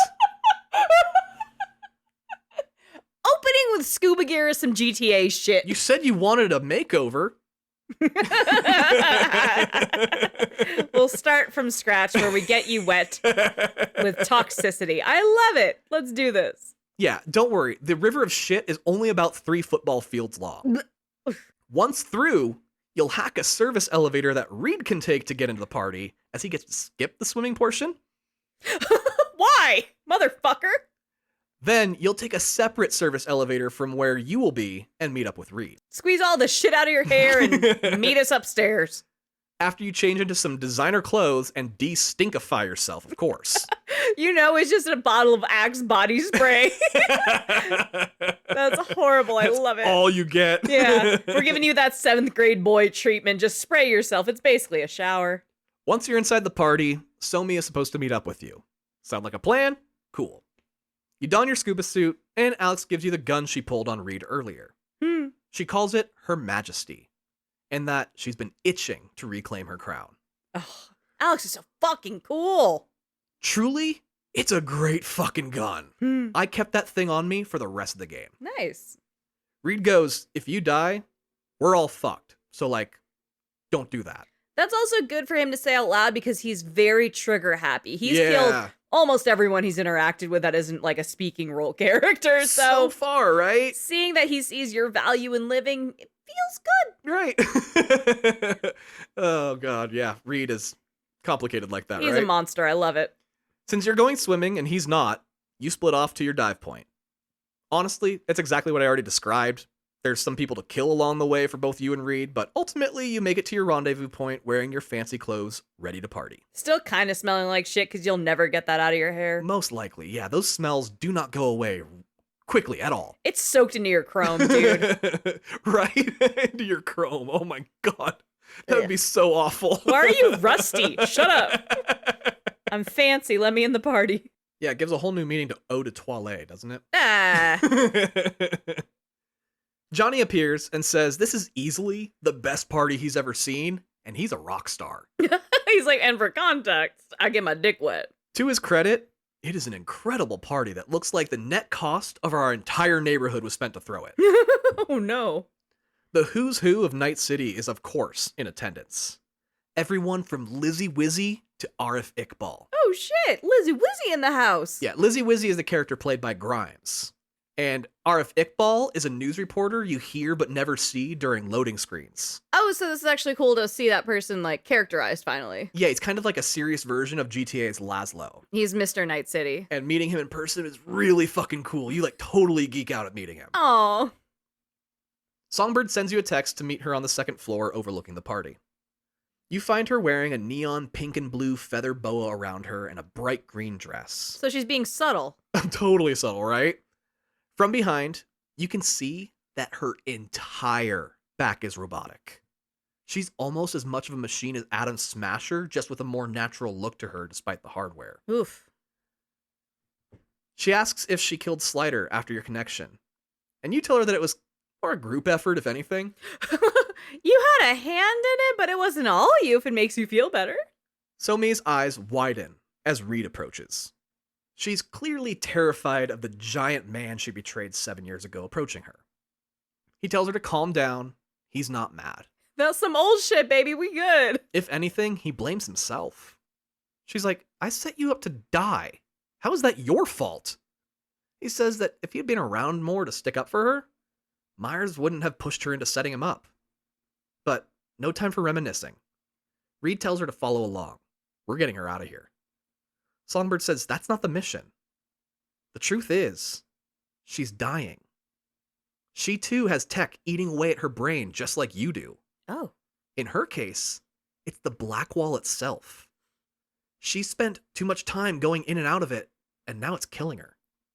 Hansen recently came into possession of a Militech machine with software that can cure both her and you. You're like, why is this the first time I'm hearing you're also terminal? Songbird says she's a spy. Everything is on a need-to-know basis. And also, you didn't know her that well. Calm down. Yeah, also, you didn't need to know until now. Fully. She reached out to you specifically because she knew you'd understand. She tells you that she has a plan for klepping the cure, which is Cyberpunk for stealing. I forgot about their fucking language. But before she can relay her plan, the three of you are interrupted by the man of the hour himself, Kurtis Hansen, who is somehow taller and stronger looking than Reed, with very little chrome helping him to become so. That's very unsettling. Oh, this man is pure, real muscle. He says, Somi, why don't you introduce me to your friends? I wrote the guest list after all, so it's strange that I don't know who they are. I know they're not supposed to be here, so what the fuck? You introduce yourself by your actual name, saying that you're an old friend of Somi's and we're just catching up. Reed ignores Hansen entirely. Hansen says he needs to klep Somi for a minute. Some Night City politicos want to meet the famous former FIA netrunner. Somi departs with Hansen, but then a virtual version of herself appears by your side and winks. She's like, sweet, I was hoping that touching your arm would reestablish our connection. Yay! Looks like it worked. Reed has no idea this is happening and says he needs a drink, heading off to the bar. Reed, so immediately over it, hates everyone, would prefer to shoot everyone in this room, but knows he can't. Right. You yell at Songbird because she doesn't appear to be captive, running around in a cocktail dress, hanging out with the bad guy in the VIP section. She says she's a slave, dumbass. She doesn't have a choice. If she resists, Hansen will just kill her. So she's doing what she needs in order to survive. Yeah, it's not always going to be like Aaron Paul in Breaking Bad where he's like trapped in a fucking well making meth and shit. Like sometimes there is a social construct to it. She goes, once again, I'm a spy. Do you not realize this is a political espionage thriller yet? Bitch, did you miss the genre? She gives some more details about the device that can cure the two of you, as that's the whole point of being here anyway. It's called a neural matrix. It utilizes extremely advanced AI found inside the black wall by containing and controlling it. Then instructing the AI to undo all the damage inside your respective heads. It's like having 1,000 of the world's best doctors working on you at the same time.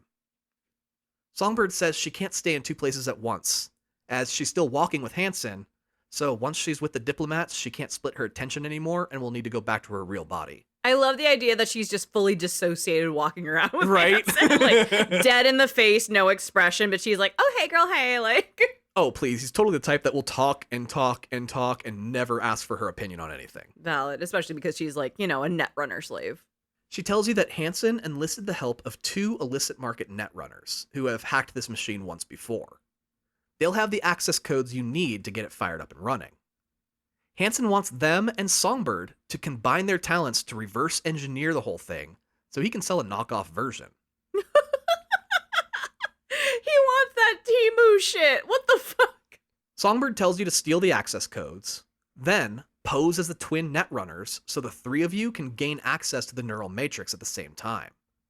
From there, you can steal it right out from under Hansen's nose, essentially with his permission. I love this as a spy thriller. This is fantastic. You ask how you'll impersonate the 2 netrunners, and Songbird says Alex has some tech that will help in that department. But again, not enough time to go into details now. That's right. Alex had the kind of masking when they were presenting as Daphne to look younger and different. Very good. Cool. She then says that the 2 netrunners just entered the building. From above, you see 2 red-headed twins, a man and a woman, dressed to the nines and beelining for one of the nearby roulette tables. That's right, because you can be male or female V, so you're like, yeah, take your pick. It's yeah, right? fine. That's funny. Songbird says it's time for her to go. Just before she walked away with Hansen, she had dropped a data shard into a champagne glass on a nearby table. She tells you to give it to Reed, and it will have all the details. Reed's just gonna drink it. He's fucking annoyed. If you walk over and give him a glass, he'd be like, thank God, and chug that shit. No, he won't, because he's already drinking. Oh, there we go. At the bar. Angrily. Good. His whole vibe is angry. Yeah. You sit with him, and he says that this whole thing is fucked. He knew Space Force 1 going down was an inside job. Just now, he knows for sure it was Songbird. She totally brought that ship down on purpose in exchange for that neural matrix thing. Because to a spy, coincidences are actually patterns. And a person with a terminal disease randomly getting shot out of space and landing right in front of the thing that can fix her is too big of one to ignore. Okay, I see the pattern here. You think it's a pretty big leap in logic, but Reed says that Songbird has many skills, but being subtle isn't one of them. Which is bad for a spy, usually, so. She hired you to save the president moments before getting shot out of the sky, and offered you a cure as payment, which means she knew about the cure before the ship got taken out. Oof. If she were a chess player, she'd be known for making brilliant maneuvers and suffering devastating losses. You ask if it's even safe trusting her anymore, and Reed says he thinks so. You yourself know people will go to literally any lengths to save their own life. And, like, what's your alternative at this point? If the cure she's seeking for herself is real, there's no reason to believe it can't also fix what's wrong with you. Honestly, Reed hasn't ruled out the possibility that all of you are getting played right now. But he's going off history here, and Songbird always keeps her promises. So the plan is to follow her instructions to see where this all goes. He says that the FIA has the tech to transform you into another person entirely for a reasonably long period of time. They can scan a person's voice, face, body, everything, and transfer it onto you, allowing you to become them. You just need the people you're trying to impersonate in order to obtain the scan. You point to the twin brother and sister at the roulette table, and he agrees to go with you and play pretend so you can get to know them a bit, and also score a scan of their faces, voices, and personalities. Alex uploads some software you'll need into your head, and the two of you head for the table. You are pretending to be strangers and agree to select one each of the twins to chat up and get the scan. They are referred to as the Cassell twins, Aurora and Americ. They're dressed in fancy clothes and speak with thick French accents. Ooh la la. Aurora takes an immediate interest in you, saying you don't look like a rich tourist. You look more like the working class wealthy. That's so rude. Someone unafraid to get a little dirt under your fingernails. You look dirty. Hello. You confirm that you're not the most upstanding citizen, but it's done well for you. She is tickled by this, saying you're so brave for being so honest about it. While chatting her up, Alex speaks into your earpiece that she lost Reed's signal. You look around and can't see him anywhere. Oh god, Reed's gonna kill the other one. Despite the fact he was at the bar 10 feet away a moment ago. Yeah, he's definitely killing someone. But you're knee-deep in this now, and Alex tells you to keep your calm, you're doing great. But if Reed doesn't show up, you're going to need to scan both of them, which prompts you to find a need to switch targets and start talking with the twin brother Americ as well, which makes them a bit suspicious of you. You're not here to spy on them, are you? No, I'm a bisexual disaster. You stammer and they laugh, saying they're just teasing you. Americans are so uptight. The three of you chat while gambling, and you as the player really need to be paying attention, as these two are giving their opinions on everything from their favorite foods, local politics, sexual orientations, to what Kurtis Hansen should really be doing if he expects to take over Night City someday. They are covering a lot of ground at the roulette table. If you're to become them, then you'll need to know these things, as you're sure Kurtis Hansen has done his homework on these two, and would suspect something if you say something these two never would. As you complete your scans of the two, you look for an exit strategy, asking if they like to take big risks. They say, of course, we're gambling, aren't we? So you say, let's do one last big bet. We go all in on the next round. You go all in on black, and they go all in on red. Because redheads. Oh, I see you. The ball begins to spin, and as the final round of bets finalizes, Kurt Hansen walks up to the table just as the ball lands in 21 red, making the twins celebrate their huge win. I was so hoping it would be the one green spot. I know, right? Everybody loses. Just say fuck you. He congratulates them and then politely asks they vacate the table. He needs to have a talk with you. I'm Kurtis Hansen. Have a seat. Damn. Once the two of you are alone, Kurtis says he knows who Reed is, knows he's FIA, and that you're likely an agent as well. He says this is all more complex than you realize. He should be sending you and Reed back to Night City in body bags, but he's not going to. Because what you don't know is Songbird came to him quite some time ago. She was tired of breaking international laws on the president's orders, which Hansen understands. He's former military himself and started Dogtown for that exact same reason. The whole trying to kidnap the president thing was just a ruse to get Songbird out of service to the FIA without raising suspicion. He didn't think the president would try this hard to get her back, but since she is, he's stepping in to admit what's going on.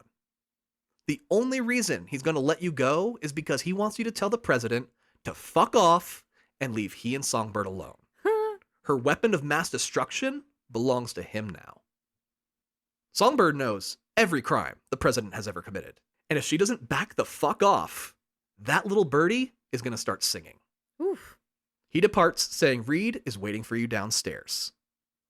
Alex caught every word over your comms and starts to freak out about the possibilities, saying that President Myers would never be the type to take a fall, which means she would likely start another war over this situation if push comes to shove. This is the part of spy work Alex really doesn't miss. Peeking behind the veil can be terrifying. When you reach the first floor, Reed is there surrounded by heavily armored security. They tell you to exit the building and fuck all the way off. Reed says not to cause a scene and to do as they say. Once outside, Reed posts up against the wall and says, "So, how'd it go?" Casual as shit. Oh, his tone is all wrong for the shitstorm you just went through. He has been full angry drunk the entire time, and now he's like, "So, did you have fun making friends?" You tell him that you got the scans and then had a nice little chat with Kurtis. He's not surprised by any of the information you relay, which either means he's learned to keep a poker face or he's always known and just left you in the dark. Regardless, Songbird is too dangerous to be left with Hansen, and seeing as she's basically begging you to rescue her, you decide to take her word for it that Hansen is holding her against her will. If she is the WMD he claims, then it's better she's in the hands of the NUSA and not Kurt Hansen. Reed congratulates you on an overall successful mission. You made it out alive, with every goal you had complete. He and Alex need some time to analyze and process the data, and then we'll move on to the next phase. While you go off to do Merc stuff, you get a text from Songbird. She tells you that Kurtis was full of shit. She's absolutely being held captive. Her life was plenty fucked up already without needing to become enslaved on top of it. She thanks you for trusting her, even though you haven't said you do, and says not to forget. This is all so the two of you can be cured. Alex texts you, more or less just to get to know you a little better, seeing as you're working together. Alex is doubling back, realizing, like, hey, like, are you a cool person or nah? Right, can I trust you? Her life before the FIA wasn't drastically different from your own. Her parents were drug addicts, and she grew up in a shitty neighborhood. Her friend got into the illicit market BDs. Eventually, that life of crime put her on an FIA watch list. She showed up to a meeting thinking it was to sell some BDs, and it turned out to be a recruitment. The FIA offered her a different direction, and she took it. Then, they dumped her in a shitty neighborhood and forgot about her. So we'll kind of one step forward, one step back. She really needs this all to work out for her because she's clawed her way out only to get thrown back in.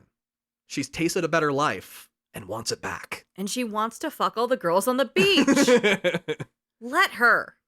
After some side missions, you get a call from Reed saying to meet back at the bar. He and Alex are in the secret base underground, where Reed tells you about the first time Alex tested this technology in the field.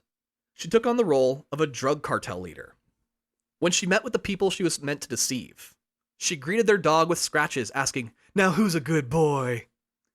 By the time she sat down, she had 2 guns pointed at her head. Immediately made because she pet the dog. As the person she was supposed to be embodying is deathly afraid of dogs.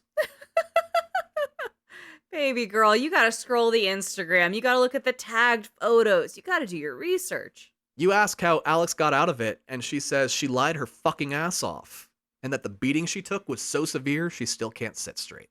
Oh, god damn. All that to pet the dog? Right? That's an expensive pet, right? Yeah, that one's rough. Reed says on that note, we've decided to kidnap the twins so we can interrogate them for that kind of information, so you don't fuck this whole thing up. Plus, you'll need them occupied while you impersonate them. You wouldn't want a twin set of twins to show up at the same place at the same time, now would we? Twinception. You and Alex will go in disguised as them, since Reed is built like a brick shithouse. Since it's one set of codes to two people, they figure one will be permitted access to the neural matrix, and the other will be sticking by Hansen's side as collateral. Alex says it'll be best if she stays with Hansen, and you go to work on the neural matrix with Songbird. Once you and Songbird are done, you'll signal to Alex, and she'll take out Hansen. You're like, damn, we're taking out Hansen on top of all this? Bop. Reed says the order came directly from President Myers herself. You don't get to try to assassinate the president and get away with it. But first, we need to kidnap some twins. They're staying outside of Dogtown in Night City proper, and they are using a car rental service to get around town. But they don't use the Delamain service. Because that would ruin everything. Yeah, they know it can break their phones and crash their game for no fucking reason. You're gonna hide in their trunk and take control of the car from inside it. Then, you'll drive them to a location where Reed and Alex will be waiting. Only problem being is it's a single car in a gigantic city, so it'll take some time to track it down. While hunting for the car, Songbird messages you some coordinates and asks you to meet her there alone. When you get there, her digital self appears. Since she can do that from wherever you are, you figure she wanted you to see something here. She takes you under an overpass where a bunch of old couches are set up. Somi says that locals come here and hang out at the end of the day. She used to live a couple streets over, and hanging out here and partying was one of her favorite pastimes. You're like, cool story. Why did you work with Hansen to kill the president? I don't give a fuck about your old hangouts. She says it's a lot more nuanced than that. Yes, she exchanged the president for the neural matrix. But her job was to hijack and land Space Force 1 in Dogtown. He's the one who made the decision to shoot it out of the sky. He said he wanted to scare Myers, not kill her, which is why she hired you to rescue the president. That way Kurt wouldn't know Songbird double-crossed him. But then Hansen went with his own plan. And now everyone is running for their fucking lives. This whole thing has gone to absolute shit.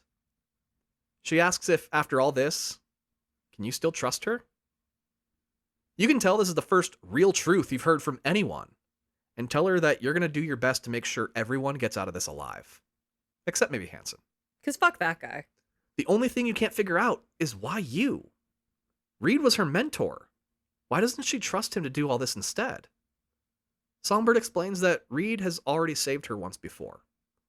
When she was a 19-year-old shitbag hacking the planet, Reed was given the assignment to recruit her or eliminate her. Oof. That's the extent of his saviorhood. If she had said no, he would have killed her. But she said yes. And it killed her anyway, as the 19-year-old shitbag died that day, and Songbird was born. People keep saying this, like, they're very dramatic about, like, I had a life change, and like, the old me died. Whether it's the FIA or Kurt Hansen, she's a caged animal, and all she wants is freedom. She says that she knows it's hard knowing who to trust. All this spy shit is full of deception and hidden truths. She hopes that by letting you in on the actual facts, she can trust that you won't rat her out to Reed, as his instructions are to take her back to the FIA, probably with a deal to reinstate him and let him come out of hiding. But she doesn't want to be used by any side any longer, and hopes that you can understand her desire to be free. Plus, she's gonna hook you up with that sweet, sweet cure for all your help. You ask what the plan is for getting away from Reed, and she says you'll follow Reed's plan up to a point. When you signal to Alex to take out Hansen, you and Songbird will escape during the scuffle and disappear. From there, you'll have to improvise to get out of Night City without Reed catching up to you. She found a clinic up north that is super excited to work on the neural matrix, and has made a deal with them that they can keep it after they use it to cure the two of you. Saying that she'll go straight to the clinic, allow them to experiment on her until they get it right, then send word back to you. Wow, this sounds like a perfect plan with no issues. Finally, she asks you, are you in because you understand everything going on, Or are you in because she promised to save your life? Does it fucking matter? Yeah, you ask. Why not both? Oh. V and I, one brain cell. Songbird's all, damn, you'd make a great politician. Oh no. When you finally locate where the twins parked their car, Alex asks you to come by the bar. She's sitting in the empty dive with a couple glasses in front of her and asks you to join her. The two of you spend some time drinking and getting to know one another. Is this Alex now, or is she Daphne when she's in her? Always Alex from the rest of the Okay, game, she's yeah. given up on Daphne because that is the day Daphne died. Fully. Got it. Well, it turns out Alex, like us, is a musical theater fan. Stop! What? Out of all the lore she wanted to drop, she's like, by the way, have you seen Cats? Are you fucking kidding me? She says that she always wanted to be a BD actor, but used her acting skills to become an undercover spy instead. But I know I want to sing. Honestly, this whole sequence is probably titled behind the scenes as Blue Balls, because regardless of which version of V you come in as, Alex really makes you think something is going to happen with her. Oh. But you're never given any option to make your move. Well, it's kind of a limp area to move in after they talk about their love of musical theater, usually. Wow, you had to use the word limp, huh? Yeah, I did. You probably didn't get any prompts because she saw you dance. Stop. No. Dancing in first person is the ugliest, dumbest thing you have ever seen. Your hands are just in front of you, kind of like waving and like swaying and shit like that while you actually watch somebody else really dance. And that made it so you could not make a move at all on Alex. Well, Alex looks at you and goes, "You don't do this much, do you?" You're like, "No, I don't typically dance." Alex sighs and says, "I wasn't talking about dancing." I love Alex more than anything. And I think that is the moment you completely blow it with her, no matter how hard you might try. And there's no version where it goes well for you and Alex. There is not a Wow. single version where it goes well. That's fucking hysterical. I love everything about this. After your awkward disco moment, the two of you part. Reed wants to meet with you at a Ripper dock so you can install the personality replication hardware.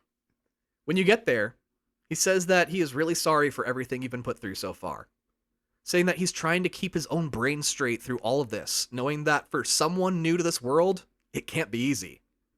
You talk about Songbird, and Reed tells you that he plans on finishing this mission and then helping her disappear forever. Oh, he still cares. He wants to help her get away from President Myers and the FIA for good. You're like, damn. I bet you were really good at recruiting new agents, weren't you? You know exactly what to say to get a person on your side, don't you? And he's handsome as hell. He insists that's not what he's doing. He brought Songbird into this life, and now he feels like it's his duty to take her out.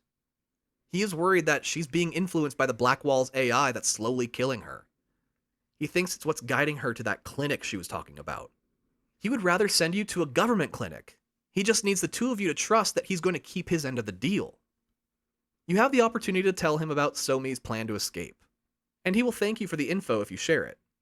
But Reed's a super spy. You already knew all of that. Speaking of being a super spy, he has some tech to give you as well. A device that will knock out Somi. He wants you to use it just as she goes to make her escape. It will be best not to inform her of this part of the plan because she may come up with a third option if she thinks you're not working with her. Then, you and Reed will take her somewhere safe. Reed fucks off while you have your new tech installed. During the procedure, the Ripper Doc goes to work, while Johnny appears in order to harass you on all the terrible fucking decisions you've been making. Just Keanu Reeves out of the shadows to say, fuck you. Flipping you the bird and asking you how many fingers he's holding up. I love that. That was a perfect moment. He understands why you're doing all this, but hates that you're teaming up with the government to do it. Not very punk rock of you. You ask him if he thinks you're being lied to, and Johnny says, not anymore.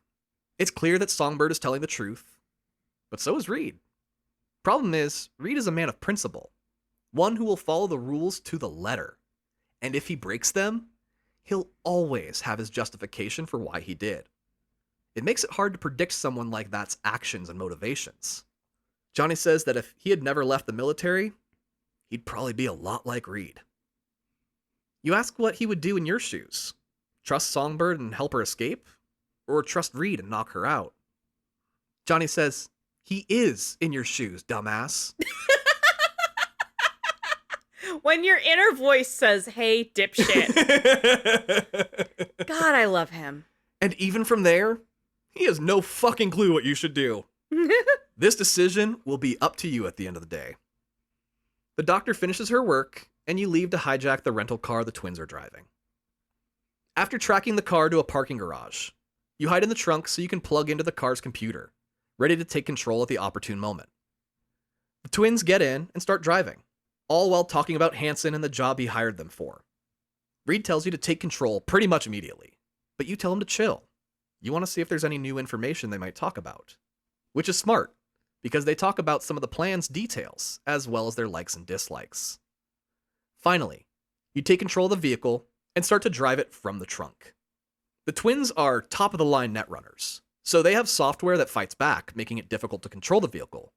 But it's no match for the FIA's best. You manage to drive the car to an abandoned parking garage where Reed and Alex are waiting. Once the car stops, the twins jump out in a panic to make a run for it. Reed and Alex each grab one and throw them to the ground.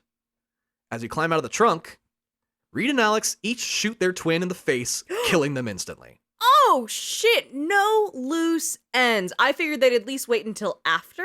You're like, what the fuck? That wasn't the plan. Reed asks you what you thought was going to happen.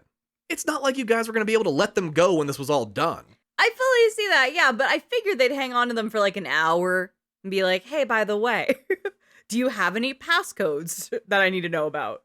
Well, Reed goes, plus, they were professional criminals. They wouldn't hesitate to put a bullet in your back. He just wasn't going to give them the chance to do that. I get you, man, but timing is everything. You're like, damn, Reed, you really know how to justify this kind of shit, don't you? Johnny's in your head going, yeah. You'll make up just about any story you want about what someone might do, and you can make it okay to do whatever you want to them. Sometimes people that handsome are pretty good manipulators, I'll give you that. He's like, good note. Anyway, Aurora had the access codes, so make sure you get them off her body. He could not give two shits. Yeah, I don't care about your feelings, dude. Let's get this shit going. Search the body. As you loot the body, you yell at Alex for being okay with this. She's like, you're a fucking merc. Don't act like this is new to you. Alex is like, what was my one motivation? To get off this place and onto a beach? A sapphic beach? Leave me alone. This is just typical spy shit, V. Now get the data and let's go. Once again, you're in a political thriller, bitch. Let's go. You download the codes from Aurora's memory bank and put on her clothes. Alex dresses up as Americ, and the two of you get in the rental car. Is this flipped if you're male, V? Nope, you're always the same. Interesting. Your full appearances transform into that of the twins, including your voices, French accent and all. Before the two of you head out, Reed wishes you luck, telling Alex that President Myers approved her retirement package, and there's a beach waiting for her with her name on it when this is all over. Oh, that's all she's ever wanted. I don't trust this happening. On the way to the meeting with Hansen, Alex runs through some tips on improvising as another person, ways to stay in character and how to react as someone else, all while asking you opinions that Aurora might have on a given topic, giving you a chance to practice. And then you play Zip Zap Zop because she's a musical theater nerd. Let's hope you got to know them better than Hansen did. When you make it to Hansen's stronghold, you're led to a room that overlooks the neural matrix. With the neural matrix being a program contained inside a big-ass mechanical box, really, the appearance isn't anything special. He says that Songbird is just putting the finishing touches on everything, and then you can begin. In the meantime, he wants to have a chat with the two of you. Again, let's hope you got to know the twins better than Hansen did. Because he got word that the FIA is going to try to pull some shit today. So he wants to make sure you're not part of that shit. Fortunately, you get a bit of a cheat sheet in your heads-up display with information you've gathered on the twins. That's convenient. During the talk, Kurtis will lead the conversation in certain directions to see how you react. Fortunately, it's not incredibly difficult to do, and Hansen doesn't suspect a thing. He's really like, you guys seen that new Game of Thrones? And you're like, I'm 3 seasons behind. He's like, I got you there. So-Mi joins you, saying everything is good to go. Alex, as Americ, says they'll stay behind with Kurtis while you go down to the neural matrix with Songbird. Once you get down to it, a second version of Songbird appears, the virtual version, while you and the real one start working on the machine. It's a little confusing, as the real one is giving instructions on how to access it, while the other is giving instructions on how to steal it and the exit strategy. All the while telling you that you're doing great, we're almost out of here. Once Hansen is dead, we run. The machine opens up, revealing a computer chip containing the neural matrix. You connect to the machine so you can upload the access codes to make it operational. Now, you have a decision to make. Help Songbird escape, or help Reed capture Songbird. I will take us through both, as this is the point of no return. But we're going to start with the first one I chose. Andrea, which do you think I went with, given everything we've gone through up to this point? Would you fall for the charms of Idris Elba is really what you're asking me. This is great because I genuinely don't know. I don't think we've discussed this. No, we haven't. I think you would have helped Songbird escape. I went with help Songbird escape for my first playthrough, yep. Bitch, I've known you a long time. I was not a fan of Reed's complete and total lack of respect for human life. You saw Charles Minor and you were like, you will not have an effect on me. We just watched Hobbs and Shaw. You're not into that shit. I get it. I had to stick it to Charles Minor. You're absolutely right. You don't deserve either of the Kellys. But I will say, if I had seen the cinematic trailer prior to playing the game, I probably would have chosen to capture Songbird first instead. Yeah. I genuinely think that trailer would have tainted my perception of Somi as a character, so I'm honestly kind of glad I never saw it, because for me, it made more narrative sense I did this one first anyway. I hear you. But more on that later. Oh. You tell Somi you're with her to the end, and she tells you to signal Alex it's go time. You give a thumbs up to Alex up above, who yanks Hansen's gun from his own holster and pops him in the head with it. That's fucking cool. Alex is the goddamn best. Alarms begin to blare as Alex runs off to do whatever she needs to do in order to survive, while you and Songbird head off to do what you need to. But instead, your field of vision begins to blur black and red, and you collapse. Ah, son of a bitch. Coming to, the facility is on lockdown, and you can see red static overtaking things in the room with you. Songbird is winded, and you ask what happened. She says the black wall is winning.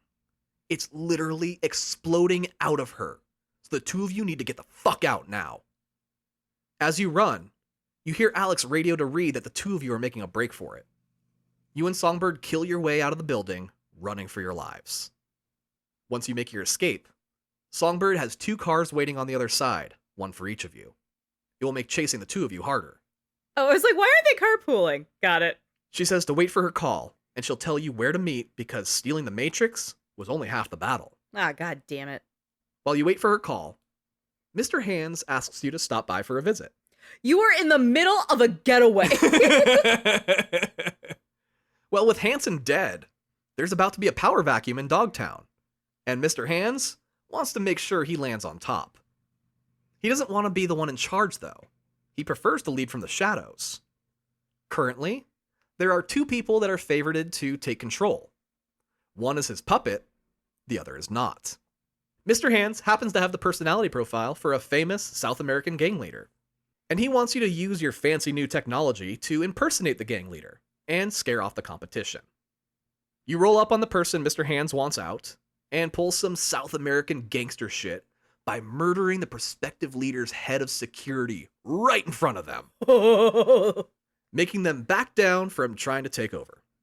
But they warn you, the guy Mr. Hands wants in power is secretly working for Arasaka, telling you to look into it for yourself, promising this is the last you'll hear from them. God damn it, fucking Arasaka! Johnny appears all giddy going, the plot thickens. He's eating this shit up. Oh, he has popcorn. He is going for it. He's just ready to see where this goes. While you track down the other guy, Reed calls you. He starts yelling at you for helping Songbird. She's a terrorist who tried to kill the president. She needs to be brought to justice. The president's also a terrorist, but okay. You're like, oh, so you weren't going to help her, were you? He says you'll never get to find out now, because his job is to track down the two of you and take you both out. With both of you stopping to have a coughing fit every 50 feet, he doubts it'll be that hard. That's a hard line. After hanging up, you track the guy Mr. Hands wanted to lead to an Arasaka building. He's inside while his driver waits for him outside. Johnny tells you that the gang leader you're impersonating would kill the driver and then pose as them, get the drop on the other guy. So you do, and it works.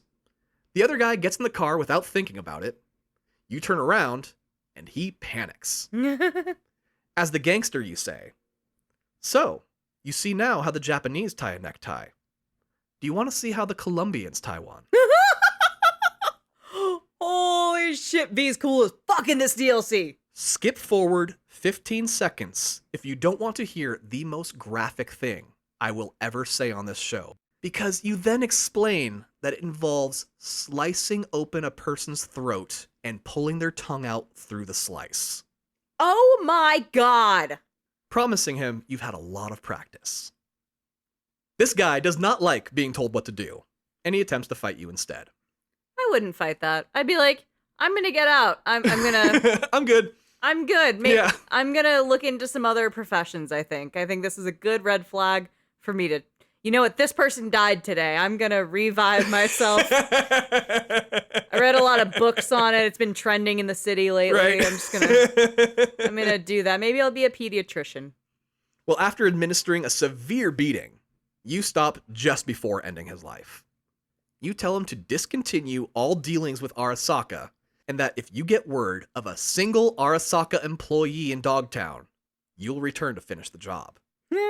He finally agrees and limps back to his car and drives off. You call Mr. Hands to let him know that his puppet had someone else's hand jammed up their ass, but you cleared it out for him. He says that you, as always, have gone above and beyond the call of duty. That's why he keeps calling you back. Speaking of calling you back, Songbird finally does, and she sounds like absolute shit. You're like, "Are you okay?" And she says, "No, but we already knew that." Motherfucker, I'm still dying. She has a van kitted out with tech, and she gives you the coordinates.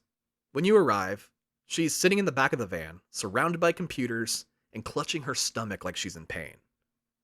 She tells you that she finally managed to get transportation to that clinic she told you about up north. It's on Luna. Luna is Cyberpunk.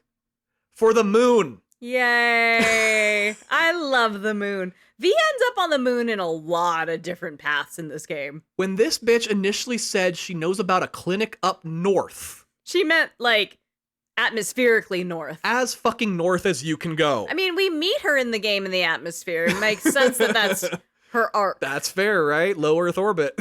She's a songbird. She has to fly. You tell her you're going with her. Since you have your doubts, she's going to send another rocket ship to get you. She says that it's not an option. They're only expecting one patient, and they're probably going to use her as a lab rat as it is. But once they make the cure and it works, she swears on everything she will get that cure to you. You're like, "Well, I have no other option but to trust you." So you set the van's autopilot to the Night City spaceport, since space travel is commercialized in this future world anyway. Yeah. She'll go to the moon. You're both wanted right now, though. So you'll need to sneak your way into the spaceport, then open a side door for Songbird to slip through, since she's so sick it'll draw attention if you try any other route. You dress as a maintenance person and work your way through the innards of the spaceport, eventually helping Songbird break into the back areas with you. On the roof of the building, Songbird says she's picking up an encrypted signal, one she recognizes as the President's encrypted line. God damn it. The two of you duck into some ventilation shafts and watch through a grate as President Myers lands on the roof and Reed greets her, saying he knows V and Songbird are here and that his people are looking for them. President Myers tells Reed he really screwed the pooch on this one. She knows he has a soft spot for her, but if So-Mi leaks to the press the shit she's been working on, then it's all over for everyone involved. As far as Reed's concerned, So-Mi sealed her fate the moment she decided to run. Myers says, "Good. Do whatever you have to, but try not to shoot her in the head. There's still valuable information inside that they can extract even if she's dead." But I still need to scrap this bitch after you're done with her, so don't fuck up the merchandise. Jesus. The two of you work your way to an elevator that will take you to the tram to the launch pad, sneaking past Reed and his soldiers as President Myers brought some heavily armed backup to assist him.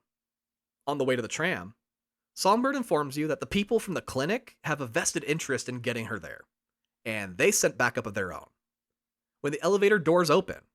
It's to a firefight between the NUSA and Orbital Air, the company that owns the clinic on Luna. That's great. Using the distraction of the battle, the two of you make your way to some employee-only areas with a lot fewer people to kill. Red static constantly leaking out of Songbird, infecting electronics along the way. Oh, so she has like a radius infection? That's fucking crazy. Songbird is not in good condition. She's barely able to walk, let alone run, and you have to escort her through many shootouts on your way to the tram. Eventually, the two of you find yourself in a small control tower room, completely surrounded and out of options. Songbird says she has one last trick up her sleeve, but she's too weak and will need your help, asking you to jack into her and share the load. Gross. You say fuck it and go along. You link up, and Somi's eyes turn black and red as red static spreads across her body. Somi stands up and holds out a hand. The two of you are facing an army of soldiers as well as a military helicopter, all bearing down on you. Then you're given the prompt to unleash the Black Wall. Oh, shit. Time slows to a crawl, while red static lines erupt from Somi's fingertips, as the Black Wall fries the electronics contained inside the heads of every soldier in view, including the helicopter pilot. Oh. The helicopter crashes straight into the tower, knocking you and Songbird to the ground, with one of the chopper blades stopping inches from your throat. You get up to help her stand, with red and black lines filling your vision. More military personnel approach, and you're without any weapons. So, you hold out your own hand, and discover that you too can unleash the Black Wall, since you're still connected to Somi. Hell yeah! Every person who confronts you drops to the ground in agony as you short-circuit their chrome. Oh, is it so satisfying? Oh, it's so great. They just like start convulsing and like going into the fetal position and just fucking die. Like never been more OP in your life. Now free of the gunfire, the two of you board the tram to the launch pad. Sitting Somi down, the two of you have a talk on the way as Rayne streaks down the windows. Barely able to speak or even sit up straight, Somi says that she has a recurring nightmare of the day she betrayed Reed. Oh. Replaying him getting shot over and over again, like her brain wouldn't let her forget that betrayal. You tell her that Reed got over it. He forgave her. Then Songbird hits you in the gut with her next words. Reed wasn't the only one she betrayed. The neural matrix, while real, can only be used once. This bitch. You lose it on her, asking just what the fuck you're supposed to do now. She says that you're a fighter. You found one cure. She's sure you'll find another. Nah, pop her right now. You just gotta keep looking, but this one, it's hers. No, dibs aren't real. Fuck you. She tells you to look at her. She's on death's doorstep, far closer to it than you. If she doesn't get this cure, she's gone. This is not let me use the charger. What percent is your phone at? Fuck you. You still have a chance to find one for yourself. She's sure of it and is sorry for having taken up so much of what little time you have left. But it's also why she picked you. She knew you'd understand her fight and how she'll do anything to survive. You tell her she's an idiot. She could have told you the truth from the start and you still would have helped her. Because like she said, you understand her plight and would want to help. She's like, damn, wish I would have known that sooner. Oh, you butthole. Johnny appears and is like, damn, V, this chick didn't just play you, she played Reed, Hansen, the president, and the entirety of the country's intelligence community. Honestly, he's impressed. He's like, game recognized game. This bitch is mean. He says you have one more option. You could always call Reed and let him know where you are. Not like Songbird can stop you now. You say fuck Reed and lift Songbird in your arms to carry her to her awaiting launch capsule. Ugh. As you approach, Solomon Reed steps out of it. You didn't have to call him, he knew.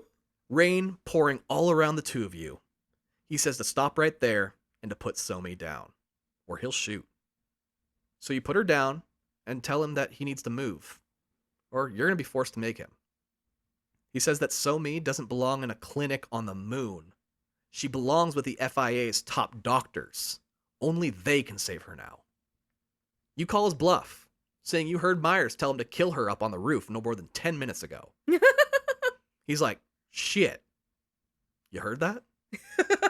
Well, that was my biggest plan, so fuck. Then he stammers a bit and says, well, things have changed. Give her to me and I'll make sure she's safe.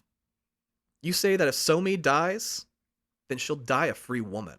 Damn. As you draw your gun and put a bullet between Reed's eyes.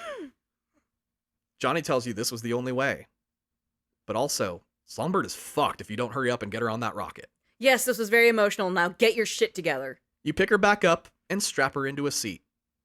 After plugging her into a port, a voice rings out that life support systems are now taking over and stabilizing her until she reaches the moon. You wish her luck, in spite of everything she just put you through. You go back indoors, watch through a window, as Somi's capsule is loaded onto the rocket. Johnny is by your side and you say, you know, this is the first time I've ever fired a rocket into space. So that's like a nice consolation, I there's guess. A silver lining, right? Yeah, silver-handed lining. And Johnny goes, same, man, same. Johnny wonders out loud if Songbird had something more than just luck that he didn't have when he died. Maybe she had just a tiny bit more ruthlessness that got her through to the finish line that he simply didn't have in him. Or perhaps his entire assault on Arasaka was just a big fucking joke from the get-go. No. You congratulate him on the self-awareness at the very least. He asks what good self-awareness will do him, and you tell him to shut up and watch the shuttle launch. It blasts off, and Johnny is happy to see that Songbird made it. The next day, you and Johnny contemplate what to do next. He says, now you say goodbye to the chance of a long and happy life. It took off on that spaceship last night. You killed the president's most loyal dog and sent her WMD into space. She's not going to forgive or forget that. You're like, come on. The president has way bigger problems than a 2-bit merc with a terminal disease named Johnny Silverhand. Besides, it wasn't the first time President Myers sacrificed Reed. It just stuck this time around. In the meantime, you're still dying, and Johnny's not going anywhere until you do. Time to go meet Hanako at Embers. Oh my god, that's right, we're in the middle of the actual base game campaign. And that is the end of the Songbird path of Phantom Liberty. Wow. It's pretty standard Cyberpunk fare with an ending that leaves you feeling incomplete, maybe? Yeah, like, oh, damn, I think I'm bummed out. Yeah, the battle's done and you kind of won. And they just kind of like port you back into Night City. Yeah, it ultimately leads you back to the main game and its original choice of endings. Honestly, on my first playthrough, I was very satisfied with its final moment, all things considered. Yeah. I was already used to a bittersweet ending and thought it was a clever way of shoehorning an entire storyline into the main game. Fully. It's a very great arc in that just the espionage is fantastic. Amazing, right? So I put Cyberpunk down for a few months, as it was at the time my casual game. Thanks to this show, after I finish a casual game, I typically have to dive right into playing others to cover for the podcast. Girl, same. So when I decided to finally do Phantom Liberty as an episode, I realized there was still one ending I had to get through, which I was happy to do, as I still had a save file from the moment of Betray Songbird or Betray Reed, and I could just skip all the preamble and go straight into that final decision. Plus, CD Projekt Red had said they were finished making updates to the game and were moving on to The Witcher 4, and I wanted to report on the absolute final version of the game, especially considering its tumultuous beginning. But just before selecting the save file that would take me to that decision point, I decided to try one other save file. Oh. The file with the broken phone, thanks to that rat bastard AI named Delamain. Delamain! Within seconds of materializing in Night City, my phone began to ring. Stop. You guys, I'm not fucking joking when I say I broke down in real tears. Members of our Discord got to see me lose my shit in real time. I wasn't on camera or anything, but I went straight there to let everyone know CD Projekt Red had finally fixed the game-breaking Delamain glitch, and I could play with my original save file once again. That was the day Female V died. Fuck you. Granted, this V had been built on one of the earliest versions of Cyberpunk, and the skill tree he was running off didn't even exist anymore. Oh my god. So I had to respec him entirely, going 100% Netrunner. So you had to grind him a little bit, because your shit was way out of date. Right, and I know I'm gendering V now, which I haven't done this entire episode, but it's only because this was my only male V playthrough. And now, I was going to take him through all of Phantom Liberty. Just this time, I'd play through the Reed ending.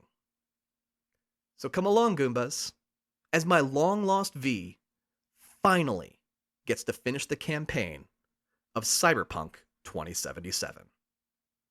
Unfortunately, since this version of V hadn't made it to that decision point with the neural matrix, I had to start from the beginning. Oh. So, we're going to start this one off with a bioshot. Ooh. Because the story begins outside the game. As the final trailer served as a... You connect the machine so you can upload the access Codes to make it operational. Now, you have a decision to make. I'm dizzy. Again? You select the option to betray Songbird, and the scene continues forward much the same as before. Once Songbird receives the chip, however, she says, "Kurt, we have a problem. I'll handle this one down here." Songbird asks if you really thought this would work, as your vision begins to blur and her eyes glow black and red. Oh no! She takes control of your body through your neural link Motherfucker! and makes you watch as Kurtis Hansen smashes Alex's head into the window until there's nothing but red meat dripping down it. This is disgusting. I hate it. This is the worst ending. She deserves her sapphic beach. Remotely, Reed activates the device he gave you, which causes Songbird to lose control of you. But it doesn't knock her out like he said it would. It just makes her angry. You get thrown to the ground, and two soldiers approach you with their guns drawn. So-Mi rises up, glowing red, and zaps them both with black wall power. Ah! You yell at her for getting Alex killed, and she snaps back that it was your decision that led to this. You got Alex killed. Have some accountability, bitch. With a burst of black wall energy, the electronics in the room begin to glitch, and you get knocked out again while she makes her planned escape. Johnny wakes you up, saying if he hadn't been inside you, you would have been fried. Wake the fuck up, dumbass. You would have been fried. He says the power So-Mi is exhibiting is unreal, and the two of you need to get the fuck out of here. It's fascinating to see be on the other end of this OP as fuck power. Right? Being on the receiving end of it? Yeah, like, Ugh. oh, it doesn't feel good anymore. This escape is way more intense, as Kurt Hansen is still alive and issuing orders over the PA system to his minions that are trying to stop your escape. Fortunately, the way out is marked by remnants of the black wall being left behind by So-Mi as red static. Just before making it outside to the city streets, Kurt Hansen himself attacks. Angry that the president would send a low-level merc to take him out, and not someone from, like, Black Ops or something. It's so insulting. It's a hard fight, but he's still no match for this low-level merc, and you free Dogtown of his reign once and for all by sticking his own knife through his neck. So no matter what, he gets killed with his own weapon. Oh, he does, right? Oh, it's so good. That's pretty great. The fight blocked the doors to the outside, so you go deeper into the building and come out in a parking garage. There are 100 people in here with guns, and you're fucking beat. But a car comes flying into the garage between you and the soldiers with a door open. Reed yells, "Get in," and the two of you tear ass out of there. That's cool. Reed says that you need to find Songbird ASAP, and you tell him that she's gone crazy with power. She won't stay quiet for long. Sure enough, the police scanner picks up a call for what they're calling an Omega-level cyber psycho. Omega-level cyber psycho! Requesting backup from MaxTech, the NCPD's version of the SWAT team. You and Reed follow the call and watch from above on a hill as MaxTech manages to take So-Mi captive. The only reason they can is because she was basically already unconscious from being so sick. The president calls Reed for an update, and he tells her about MaxTech. Myers says she has zero pull with local PD, and that the two of you will need to get her back to Langley alive, to which Reed agrees. Now remember, this version of V still believes Reed was going to help Songbird escape. So you fucking lose it on him once he hangs up with the president. He says she lost that escape option when she went nuclear. You know as well as anyone, the NCPD does not have the means to cure her. Her best hope now is to allow government doctors to fix her, and the only way that's happening is if he gets her back to the FIA headquarters in Virginia. Which, by the way, they can do for you as well if that's something you'd be interested in doing. For now, you need a netrunner to help you find where they're taking Songbird. You offer yourself, and Reed says you'll be needed elsewhere and that you need a second netrunner, one you can trust. We need you to punch things. You call Mr. Hands and tell him that you have a job for him for a change, giving the details. He says he has a netrunner in mind and sets you up with them. After you get the info you need from the netrunner, Johnny has a few words he wants to throw at you. He says, "You're a fucking lunatic trying to go after Max Tech. You'll take his place as Night City's most famous terrorist if you pull this off." You ask if he has any words of wisdom, and he says, "Yeah, good fucking luck." I love him. You meet back up with Reed, who has recruited a couple gunmen for the job as well. One of them sees you enter and is like, "Shit, you have V on your team? We got this in the bag." Using the info you got from the runner, you plan to attack the Max Tech convoy currently transporting Songbird. Then, you'll take them out and rescue Songbird. After you plan the attack, all you have to do is wait for the convoy to drive by. You get with Reed to see how he's doing, and he's not doing well at all. He says that this whole thing is his fault. Whether it was because he fucked up 7 years ago, or because he fucked up yesterday. But whatever it was, now Somi's life is in danger, and all he wants to do is save her. He's just worried he's too late and that he'll be saving a monster. And that maybe he turned into one himself in the process. Yeah, man. You tell him to shut up. He's a control freak, and he's just mad he's not in control right now. You shut your beautiful mouth. Whether it's comforting to him or not, we don't find out. He just says he hopes you're right. Johnny pops up and goes, "Bullshit." You ask what he means, but are interrupted by Reed. He says, "You're talking through the relic right now, aren't you? I can tell by your body language." Is it Songbird? Having never told him about Johnny, you're like, "No, I was just dissociating." It's a relic side effect. You've never brought up Johnny to Reed at this point? Wait. No. Wait. That's fucking hysterical. You're talking to her. Is she here? Can you figure out where she is? How do I explain to this man what's happening in me? Yeah. All right. Have you seen Speed? That guy. Yeah. He lives in my head. You're like, yeah, this is just a side effect. So-Me has been gone since the neural matrix situation. You have to be like, cough, cough, I'm brain sick, sorry. Then you laugh and you go, "It'll give those doctors of yours something to figure out." And Reed has no sense of humor, so he's like, "Yes, I am aware they have a large workload ahead of them." That's basically what happens. You're not kidding. You're totally right. He apologizes and goes back to what he was doing while you get in position for the ambush. Just before they arrive, So-Me starts to speak to you through the relic, which surprises you. When she realizes she's talking to you, she says, "Damn it, not you. Literally anybody else but you I was reaching out to." You tell her you're there to rescue her, and she says that you're going to break her out of one cage just to throw her in another. Fuck you. Soon, she'll have control of the Black Wall again, and then she'll get herself out. And that's why the caged bird sings. You warn Reed that Songbird does not want your help, and he says tough shit. She doesn't know what she wants, as the ambush begins. You kill every member of Max Tech with the help of Reed and his hired gunmen. As you approach the vehicle with Songbird inside it, she unleashes the Black Wall, sending you to the ground in pain, and allowing her to take control of the armored truck she's inside. As she drives away, she causes a bunch of shit to explode, and Reed yells out that he got hit by some shrapnel. You check on him, and he says he'll be fine. It's just a flesh wound. Like a Monty Python line. Totally, right? But don't let Songbird get away. Chase that armored vehicle. You run after her, following the path of destruction she leaves in her wake. You finally catch up to her as she crashed the truck into a building. The one you were in with President Myers at the beginning. The one that had the Chimera. Oh, shit. As you learned back then, it was an old Militech storage facility. Considering the neural matrix is a Militech invention, you figure this is all connected somehow. I love that this is paying off in this run. Inside, you find traces of the Black Wall everywhere. You tell Reed about it and call it a digital residue. He says that if you're seeing something, then it's only you who can see it. It must be due to your connection to So-Me, but the good news is that it should lead you to her. Then he begs you to please bring her in alive. You work your way through the building until you find an old computer terminal.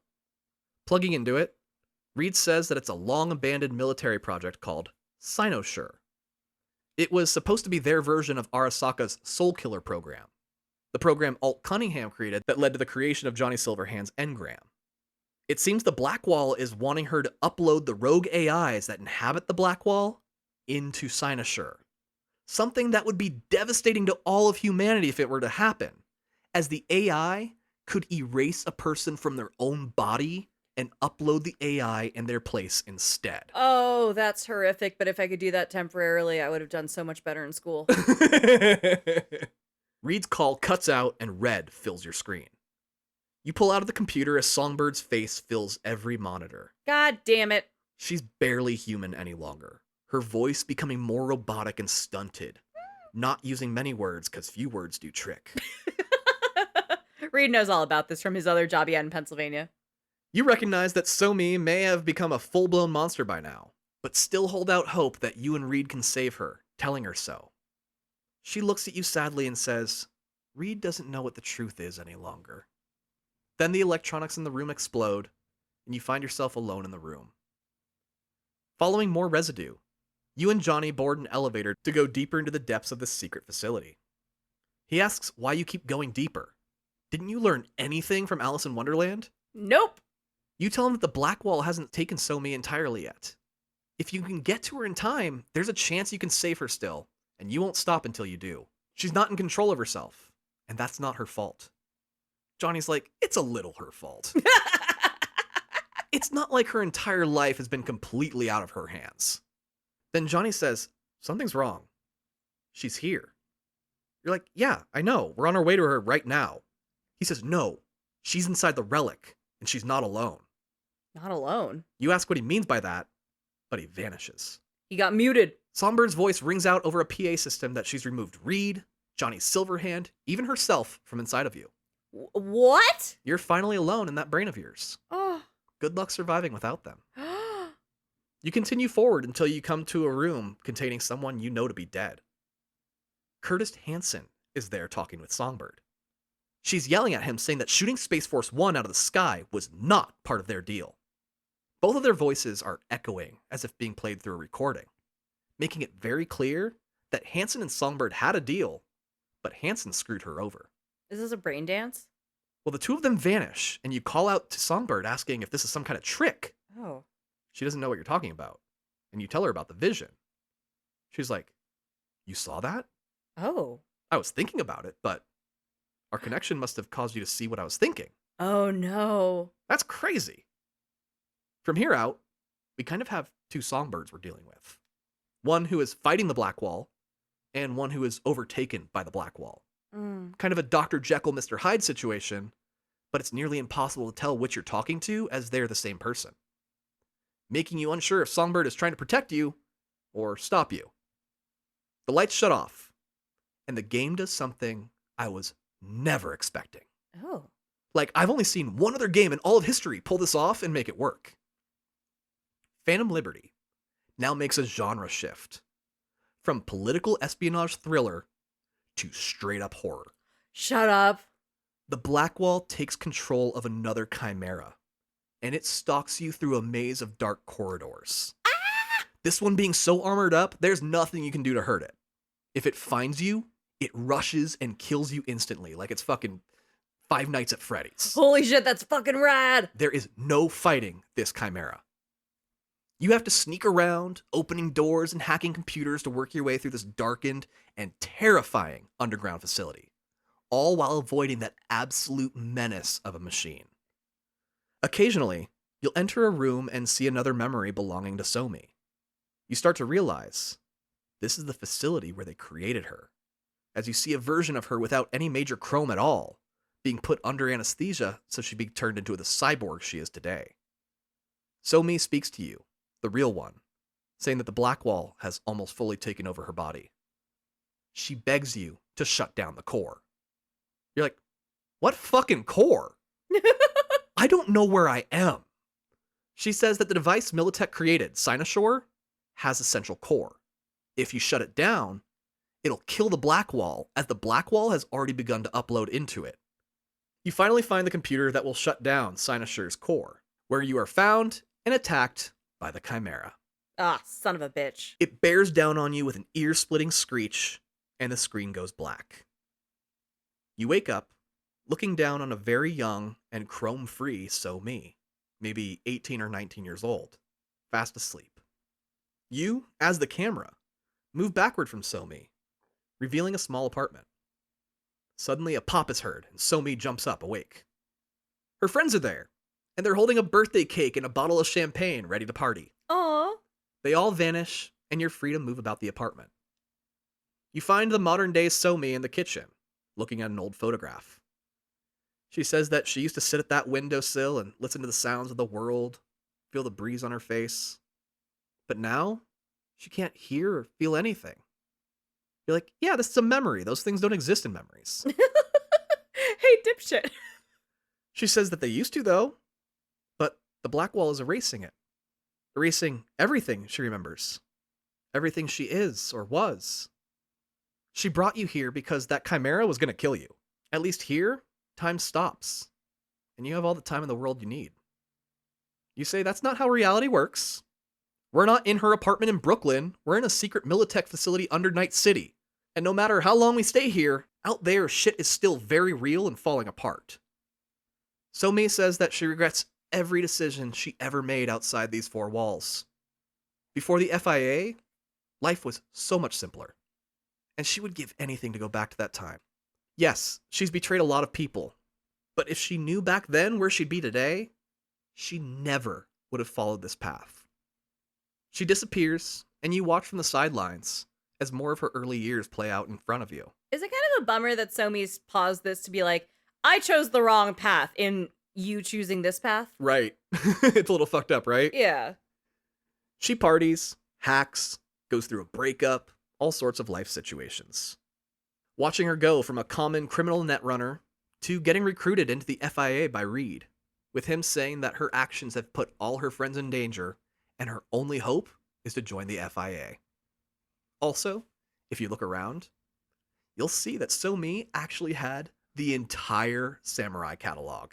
Stop that fucking poser! She was always a fan despite what she told you when you first met. This bitch. She had a secret Tumblr dedicated to Johnny Silverhand and everything. What the? Oh, I hate that. Ugh, it's worse than fake fans. Oh yeah, she even found like when he was an independent artist as somebody called Wild Stallions. Shut the fuck up. It's a pretty excellent record. Right. Oh, what a dork. I'm so mad at her right now. Yeah, she's also committed a lot of crime, but like this specifically is really pissing me off. All the while, the room begins to fill with red static as the black wall slowly erases these memories too. The modern So-Mi returns, the room almost entirely red now, saying that being recruited is the one memory she's happy to lose. Oh. It was the day she ruined her life.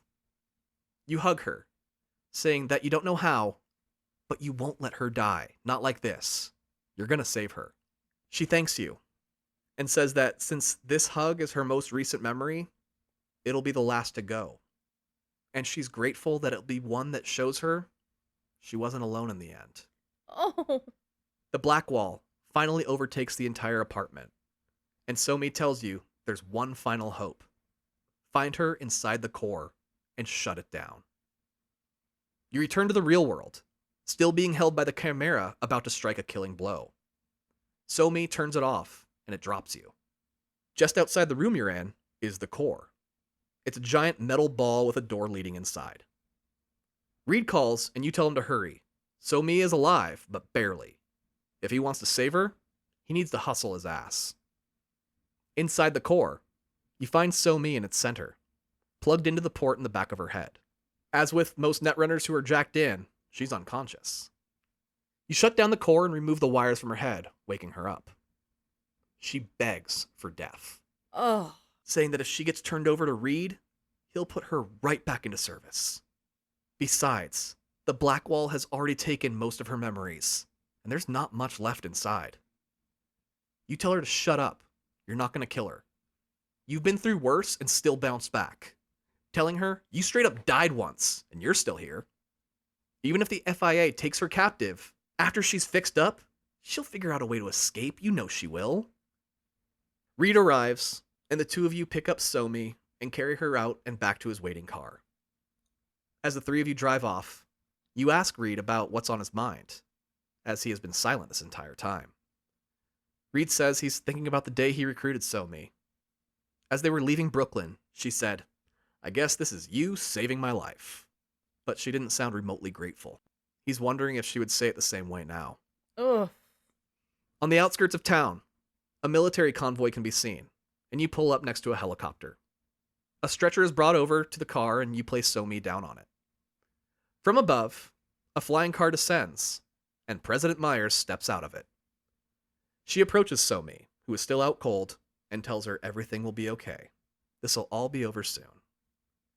She sends Somi off to get fixed, then tells you to hold back. She'd like a word with you. You tell her to fuck off, and Myers says that's understandable. Her being like, honestly, I get that. But before she does, she wants to present you with the Presidential Medal of Honor. You might not like how you did it, but you served your country in ways that go beyond thanks. And you're about to fence that shit the second she's gone. You tell her to take her medal and shove it up her ass. There it is. You didn't do this for a medal. You did this for a cure. What am I, Chewbacca? I don't need a fucking medal. One that she, Songbird, and Reed all promised you. Myers says, fair enough. Reed has the details on that, and he'll fill you in after she leaves. You tell her that Somi begged for death rather than get turned over to her. The president says she'll change her tune once they fix her up. She's in pain, and that was the pain talking. You say that you expect a phone call from Somi when it's all done, and the president says that's not going to happen. Somi is a secret agent, and she'll be put back into work as soon as she's able. In the meantime, the president wishes you well and says that maybe you'll hear from her again in the future, if you're unlucky. Honestly, good awareness. Right?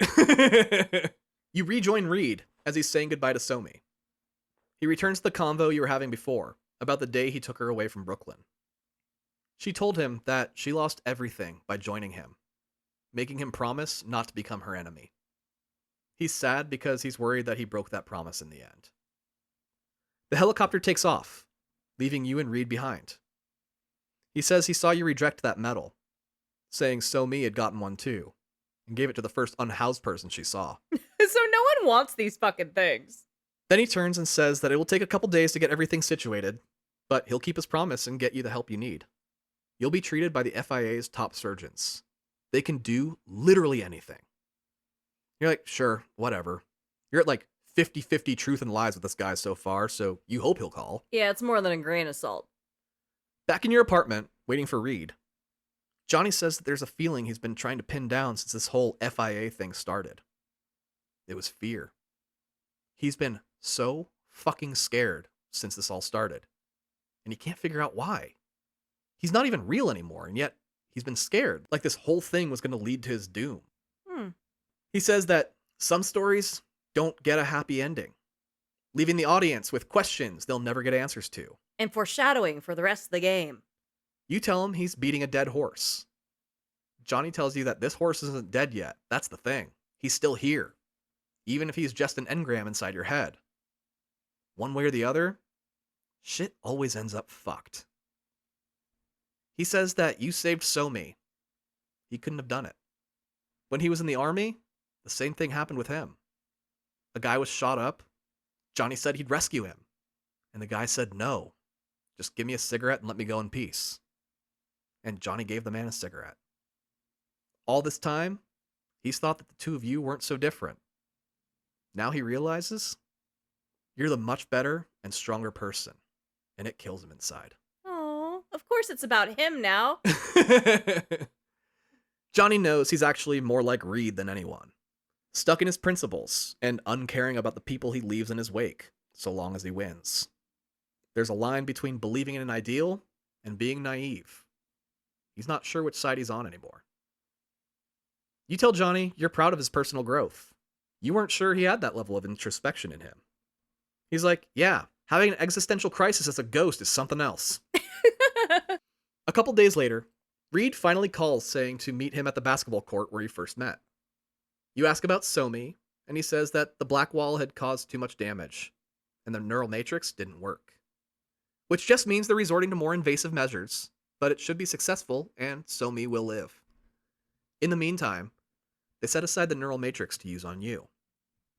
For him, He's been recalled to Langley with a nice cushy desk job waiting as a recruiter. That's not true.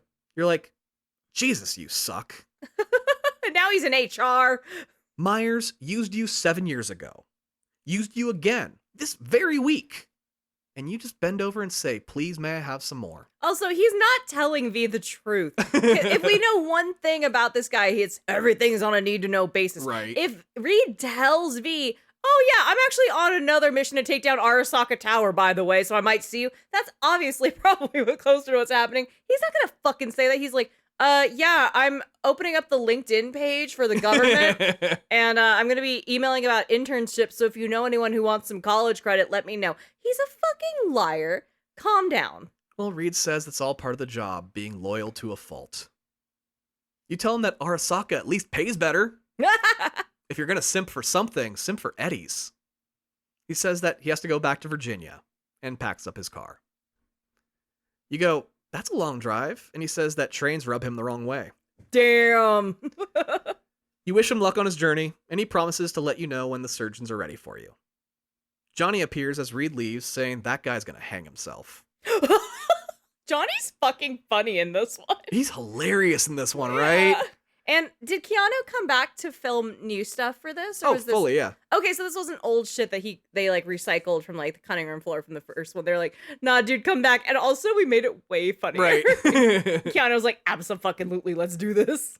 He says that the president he's loyal to commits treason, like, constantly. His best friend told him to fuck off.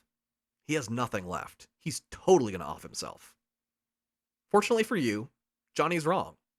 And Reed calls you a couple days later when he arrives back on the East Coast. He says that the neurosurgeons are ready for you, and asks if you're ready to kick that construct living inside of you to the curb. You inquire about the amount of time it will take, and he says he's not sure. It shouldn't take a crazy long time, maybe a couple weeks with recovery. So you'll want someone looking after any plants or pets you may have.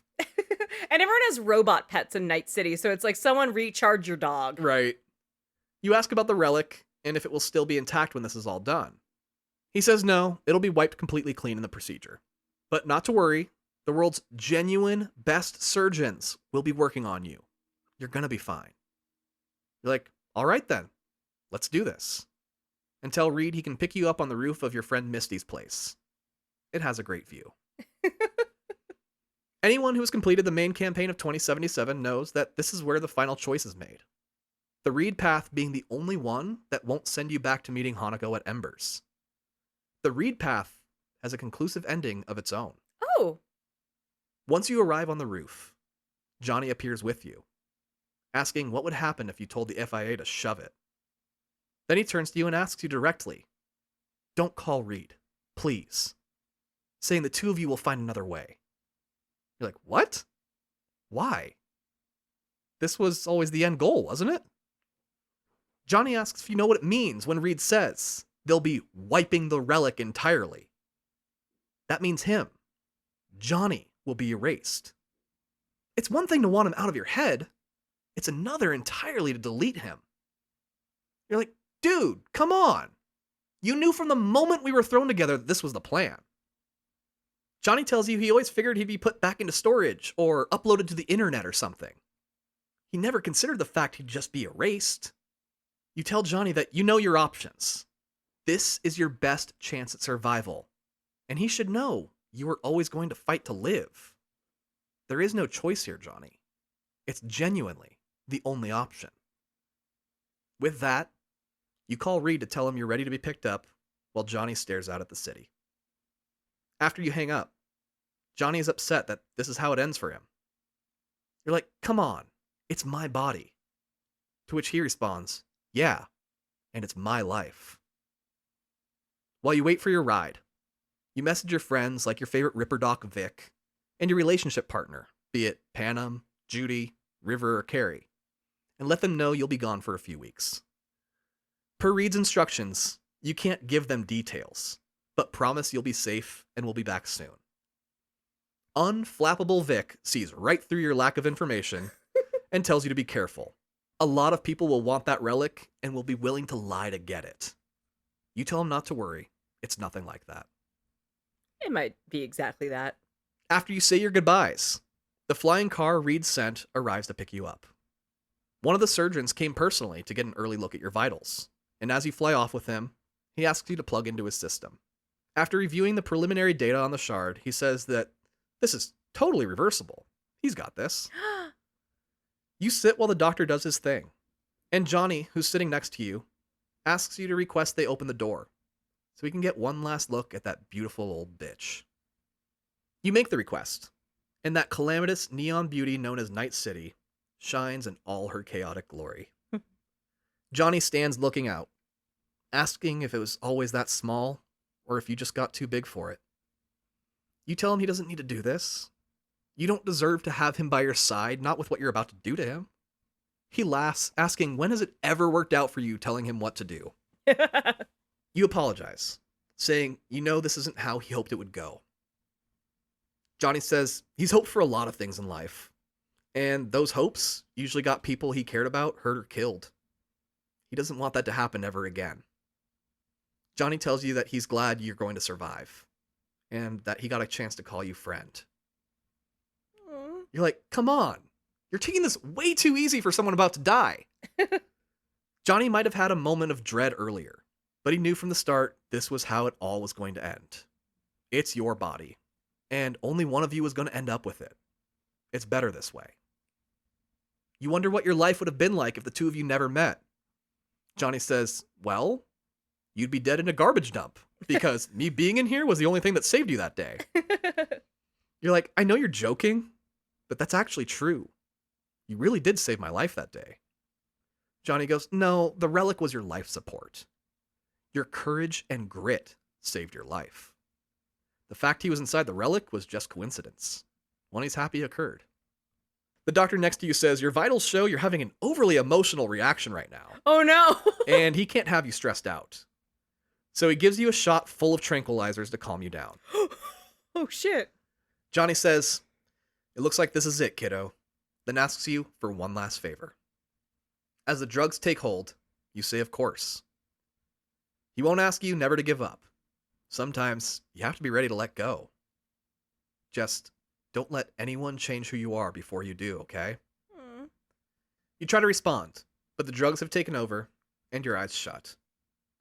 Johnny says, good night, Vincent. Today was a good day. Oh, The fact that he uses your real name. I know, fuck. Fuck me. And yeah, if you're female V, he says Valerie, obviously. No, that'd be funnier if you didn't. Right. Also, I just want to point out the little tribute to one of my all-time favorite movies, Cloverfield, as today was a good day is the final line of that movie. Oh, I love that. You wake up laying in a hospital bed, staring out a window, with the voice of Reed asking if you can hear him. You're very groggy and say, the outside is pretty. There are trees and blue skies, birds chirping. All shit you never see in Night City. You focus on Reed, and he's wearing a button-up shirt, slacks, a lanyard with his ID in it, as well as the cheesiest fucking airport gift shop yellow necktie with a bunch of palm trees on it you've ever seen. Sir, you are in Virginia. What is that for? No idea. You comment on his outfit, as it's nothing like the Reed you knew back in Night City. He says that desk jobs at Langley have this effect on people. If you work here long enough, you become one with it. He's no exception. You ask about Somi, and he says they cut him off from updates a while ago. All he knows is she survived. Wow. You're like, okay, good for her. Now on to me. How'd everything go? You figure it must be bad news if he was the person they decided you should see first when you wake up. He's like, it's complicated. Oh, fuck. The doctors did it. They saved your life. You go, they saved my life. But Reed says there were some neurological problems that occurred when they removed the relic. You're all, are you fucking kidding me? We killed Johnny for nothing? Reed goes, no, the relic is out. You're alive and you're going to survive. That's not for nothing. The problems that occurred have made it so you can no longer handle 98% of the implants you had installed. Oh, God. No chrome, no body mods of any kind. The most you can have is the processor that lets you do some menial tasks like use your phone and scan things. Whoa. But any use of a single combat implant? will kill you. Your days of being a merc are over. No more knife hands. Forever. There's also one more thing. Reed sits on the side of your bed and moves close to you, clearly about to deliver the actual bad news. He says, it's 2079. You've been out for 2 years. Holy shit. You go, so this is the future. Shut up. No, you don't. Not quite what I imagined. You don't say that. Reed doesn't know how you can joke at a time like this. That's an insane joke to make. And you ask, what other options do you fucking have? Will complaining about it turn back time? No? Might as well joke then, because your life just became one. You stand saying you need some air. But your muscles have atrophied, and your leg chrome is gone. So you collapse almost immediately. Oh. Reed carries you to a chair by the window and sits you down in it. You ask when you can return to Night City, and he says today, if you really want to. Then asks if you think there's actually anything left there for you. Yeah, your partner definitely moved on. Because you said, babe, it'll be a few weeks. And then 2 years went by. You don't answer his question and demand your clothes. Reed says that if you want, he can get you a job here at the FIA. You can have a really nice desk job and a stable career. You tell him to take this job and shove it, knowing that phrasing would have made Johnny proud. Reed tells you to think on it, and you tell him you'll do your thinking in Night City. You didn't escape death just to waste your life at a desk job. Reed says goodbye for the last time, and you ask if you two did the right thing in the end. He says he'll never know the answer to that question, so he's not going to bother thinking on it, and leaves the room. With Reed gone, you check your phone and find 2 years worth of missed calls and frantic texts from your friends and loved ones. Ooh, and there's definitely a couple texts saying that you just got dumped. Yeah, they start with, hey V, just seeing how you're doing, to, for the love of God, please just tell me you're alive. You call Judy Alvarez, who is mind blown to hear from you. Her hair is grown out, and regardless of which version of V you are playing here, she is beyond excited to hear from you. Aww. She moved out of Night City about 1.5 years earlier to move in with her then girlfriend, now wife. Saying it would be great to see you if you're ever in her neck of the woods. That's great. Panem Palmer, on the other hand, has blocked you.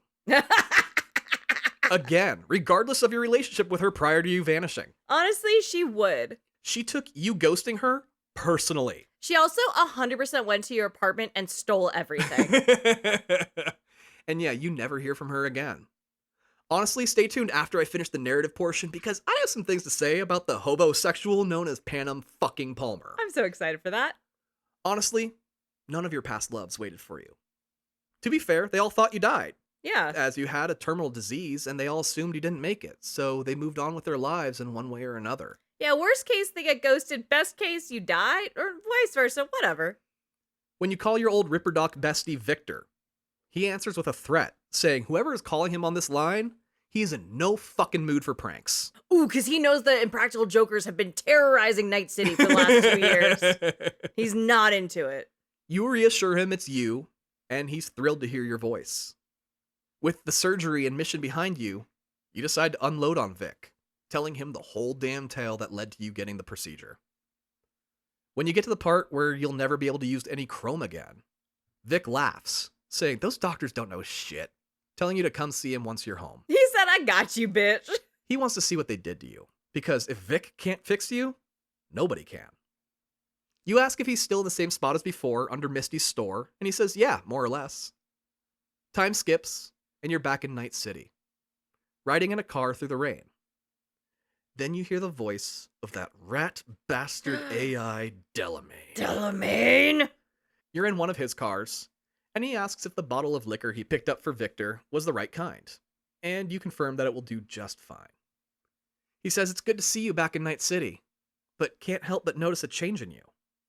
You tell Delamain you'd rather not talk about it, and he instead updates you on the happenings in Night City over the last 2 years. Since you left, Arasaka actually pulled out of Night City. Wow. After Saburo died, and his son Yorinobu took over, he moved the company back to Japan, and then quit. Oh, he really did a full office move. People lost their jobs, and he said, you know what, I'm actually over this. Losing the relic and Saburo really did fuck up Arasaka to a noticeable degree, which is saying something. Plummeting stocks. You look out the window and say, well, Johnny, you got your wish. Arasaka's finally gone. You pull up to Misty's store and see that it's no longer there. It's been replaced by a high-end body mod franchise called Zetatech. Stop. You ask where Misty is, and the employee behind the counter has no idea who you're talking about. Oh. They just started, and the clinic has been here for about a year. You're like, okay, what about Victor? He asks if you have an appointment, and you tell him, yeah, a standing one. He looks at his tablet and says, oh, you're not kidding. I see a note here about you specifically. Then he ushers you inside, saying to hurry. Victor has an actual appointment soon. You enter to find Victor's old back alley shop looking pristine and new. Wow. Vic himself is wearing a polo shirt and a Zetatech uniform instead of his usual biker gang attire. Stop. He went full fucking, like, illicit market to fucking corporate franchise. He takes one look at you and smiles, saying, you have a habit of rising from the dead. It keeps happening, dude. This last time, he really thought it was goodbye. You give him the bottle of whiskey Delamain procured, and he takes it saying thanks, but the boss doesn't let him drink on property. Stop. You ask about Misty, and he explains that she's still in town, but she doesn't come around anymore as they had a falling out, Oh. which led to her closing the store. You sit in the exam chair, and Vic plugs you in to check out your diagnostics. Finally, you ask him about this whole Zetatech thing. Victor was an independent Ripper Doc, and now he's a corpo tool. Yeah. You never saw this coming. He's an asshole in a polo. What's happening? Victor says he put up a fight, but when they asked him what his price to sell was, he gave them a stupidly large number, which they immediately accepted. Oh, no. Misty left because she did not agree with his decision at all. Uncomfortable with the topic, Victor turns the attention back on you, looking at your readout. He runs through some possibilities out loud to himself, then turns and says, he's sorry. There's truly nothing he can do. Oh, fuck. You say you already knew that was going to be the answer, and not to worry. You just wanted to see him. He begs you not to go looking for another way. He knows you, and knows you're not going to quit. He just wants you to live now, even if you can't be a merc. Saying to look at him as an example. He just had to make a few life changes, and he found a new path for himself. He's sure you can do the same with your work ethic. Between him and Reed and now V's current situation, all the scumbag friends have to grow up and get corporate jobs, which is so fucking real. Right? Like, you go from 23 to 25, and suddenly all your friends have these big boy jobs, huh? yeah, everyone's talking about their 401ks, and you're like, you used to sell dime bags behind Right. 7-Eleven. What the fuck do you mean? You tell him that you're determined to get your old life back somehow. It's just not going to be through him. He tries to argue, but his next customer arrives. And since he's a corpo tool now, Victor has to get back to work. Oh. You leave, promising to visit again soon when you figure shit out. Exiting Zetatech, 2 street thugs harass you, saying, look at this corpo piece of shit coming out of the fancy store. They tell you to give them all your eddies, if you know what's good for you. You say they really don't want to do this. They don't know who they're messing with.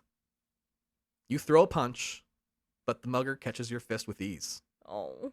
Then, he proceeds to give you the beating of your life, Fuck. knocking you to the ground and kicking you in the stomach repeatedly. Mm. Finally, throwing you down a flight of stairs, and you black out. You wake up to a voice calling your name, and open your eyes to find Misty standing over you. Misty! Her appearance has changed over the last 2 years. She used to look like Daryl Hannah's character in Blade Runner, but her hair is no longer in a blonde helmet cut, and is instead long and straight. You say that you would never have recognized her if you saw her randomly on the street, but you're really glad to see her now. She asks what happened, and you say you got your ass beat by 2 random assholes. She asks why you didn't defend yourself. You're V. You tell her it's a long story, but you can't fight anymore. She's like, damn, that sucks. But she never liked you because you could fight. She always liked you for you, and is glad to see you're alive, even if it is with a bloody lip. You ask her what you're supposed to do now. You can't even beat up 2 low-level punks. She says, you get to live like the rest of us normal people now, V. You no longer get to go down dark alleys alone. You have to run away when you hear gunfire. Lots of people survive that way. You can too. You're like, damn, is that all it takes? Misty says, welcome to the faces in the crowd, V. She tells you she's moving to Poland. Like, right now, in fact. Oh. She was just stopping by to say farewell to Victor and ran into you. You ask what prompted that, and she says that her favorite herb store burned down. She was staring at the charred remains and thought, damn, everything she has ever loved in Night City is officially gone. Jackie, Victor's integrity, you. Poland at least has a forest she can get lost in and then find herself again. Okay. I love pierogies. She says, you can do the same, you know. Maybe not Poland, but part of being a face in the crowd means you can blend in anywhere and find your place. You tell her about the FIA job offer, and she says, you're better than that. You can find something else, something more you. Whatever you decide, she knows it'll be the right choice, because you're the one who made it. She says her car to take her to the airport should be arriving soon, and asks you to escort her. This kicks off the finale cutscene, one where you actually get to see your character from third person. You and Misty go out into the streets of Night City, bustling and busy with people going about their day and cars driving by. Misty's arrives, and the two of you embrace, saying your final goodbyes. Misty tells you not to go back to that life. You need to make a new one now. Then gets in the car and departs. You stare into space, wondering what your next move will be. Then, someone bumps into you as they pass by, pulling you back to reality.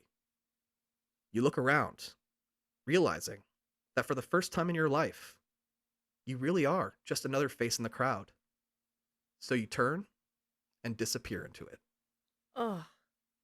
And the V that I thought I had lost forever, the save file that put me through so much, is now the only version of V that I played that gets to live. Oh, fuck. The end. Holy shit. The protagonist to NPC pipeline. That was Cyberpunk 2077 Phantom Liberty. That's a whole ass game.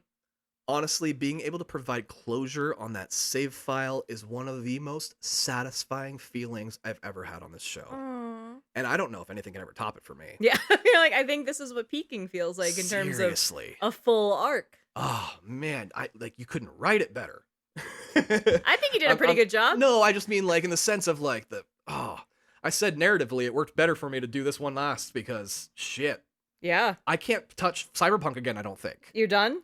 I have to be, right? Until the sequel? Right, until the sequel, because like what more can I do? This one fucking file tortured me. Yeah. For years. It was the first and last piece you played. Right? It feels closed. Yeah. And the fact that they still give you like a bittersweet ending. Yeah, it's not the feel-good game of the year by any means. Still not. No, it's still a bittersweet ending. But okay, let's get into what I promised before. Yeah. Panem fucking Palmer. Okay, so you were playing this occasionally and like, I'll hang out next to you and we were watching you romance Panem here and there. Right, because Panem's beautiful, obviously. Oh, she's gorgeous. Yeah, unbelievably beautiful. Like, yeah. Stupid beautiful. Thing is, people have called her like the ride or die greatest, most amazing person in all of Cyberpunk. And I gotta say, I can't agree. No, it's Alex. It's definitively Alex, who just wants to fucking hang out on a beach, make out with pretty women, and drink champagne. Obviously, that's the best character. Honestly, for me, Panem Palmer, anytime I texted her to hang out and like play the game, check this out. This is absolutely true. You text her to hang out, she will always say no. She does not want to hang out. She's too busy for you. She can't hang out. But the only time she will hang out with you is when she asks you to hang out. I hate that. And she's only romanceable as a straight cis male, right? Correct, yeah. Also, if you invite her to your place in Dogtown, she doesn't want to visit Dogtown. She's like, oh no, hell no. She's like, ew, but absolutely not. Invite her to one of your nice apartments in Night City, she is there in fucking 10 minutes. Well, those houses have the bidets. Yeah, right? And if you get out of bed and go take a shower, she spreads out across the entire fucking thing, taking up the whole bed. Like, you invite her over, she doesn't want to do anything but like, maybe a little smooching, a little dancing. Definitely wants to take a shower, because that girl lives in the fucking desert. I can smell her from here. Oh my lord, like, I did not care for her at all. And the fact that she takes it so personally that you went off and like had to do something and gets mad at you and blocks you. Are you fucking kidding me? What are you blocking? V hasn't reached out in 2 years, baby. She is using you from the moment she meets you, and nothing will ever convince me otherwise. And like, because I played male V all the way back then, I played through that, and I thought, yeah, that romance was okay. This Phantom Liberty one, though, this one really just set me off on Panem, where I was just like, I do not care for you. We are not friends, no, girl. I don't care, because they added more like romance options in terms of like extra dates and things that you can go on with all the updates. They don't add more people that you can romance, though, which is so dumb. Oh. Give me Alex. Yeah. Honestly, people are mad that we didn't get Reed. Yeah? Oh, everyone just wants to fuck Idris Elba. Exactly, right? Anyway, I'm sure a lot of people disagree with me about Panem Palmer, but whatever. Yeah, I was watching you do a date with her. I was like, are you guys gonna hit? Because like I've seen you hit with like Judy and like the guy and Right. stuff, and like with dolls here and there, and you're like, I think you only smash when you're in the car, and it's that virtual one, so there's not technical penetration. I was like, huh, well, she's here on a date. Let's see. We got a smooch out of her. I'm not That's entirely it? convinced that the virtual date, I say virtual, it's just they're both plugged into this machine at the same time, Yeah. like connected, whatever. That could have all happened in your head. She could have just projected that into your head. She- You would never know the fucking difference. She AI fucked you. Yeah, because she certainly doesn't touch you outside of it. Yeah, and I was trying to figure out, like, how do you get to a romantic place with her? So I was like, go take a shower. The second you hit in the shower, she runs in and is like, that's a great idea. Right? Seriously. And then she uses your La Mer face cream, which is some bullshit. And then after the shower, I'm like, oh, let's go lie down. And she's like, uh-huh. Nah, Fucking splooted. Also, she doesn't leave. You leave, and then she's like, well, I'm going to take a nap until after you leave so I can raid your fridge. I'm 100% convinced, one, she's still stealing your La Mer face lotion. And two, she's raiding your fridge. Oh, she absolutely ransacked you, like you said, when you were gone for 2 years. There's no way she didn't. Because she knows that face cream is going to expire. She stayed in that apartment until the lease was up. Yeah. And then she tried to claim squatters' rights. Right, totally. She would absolutely do that. Anyway, thank you, Goombas.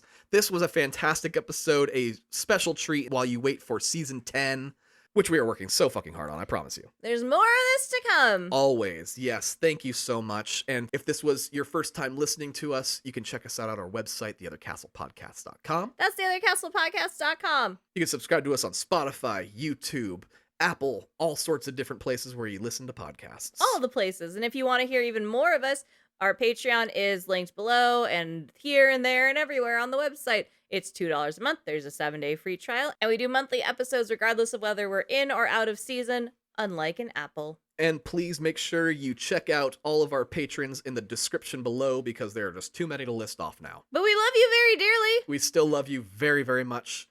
And stay tuned for next season because we have a little special something coming for our patrons. We do? Oh, yeah, absolutely. Oh, shit. Will you tell me what it is? You know, it's just you keep forgetting. I'm not even on the show. All right, Goombas. Well, until next time, this is Tom and Andrea reminding you. Idris Elba's so hot. And don't skip the cutscenes.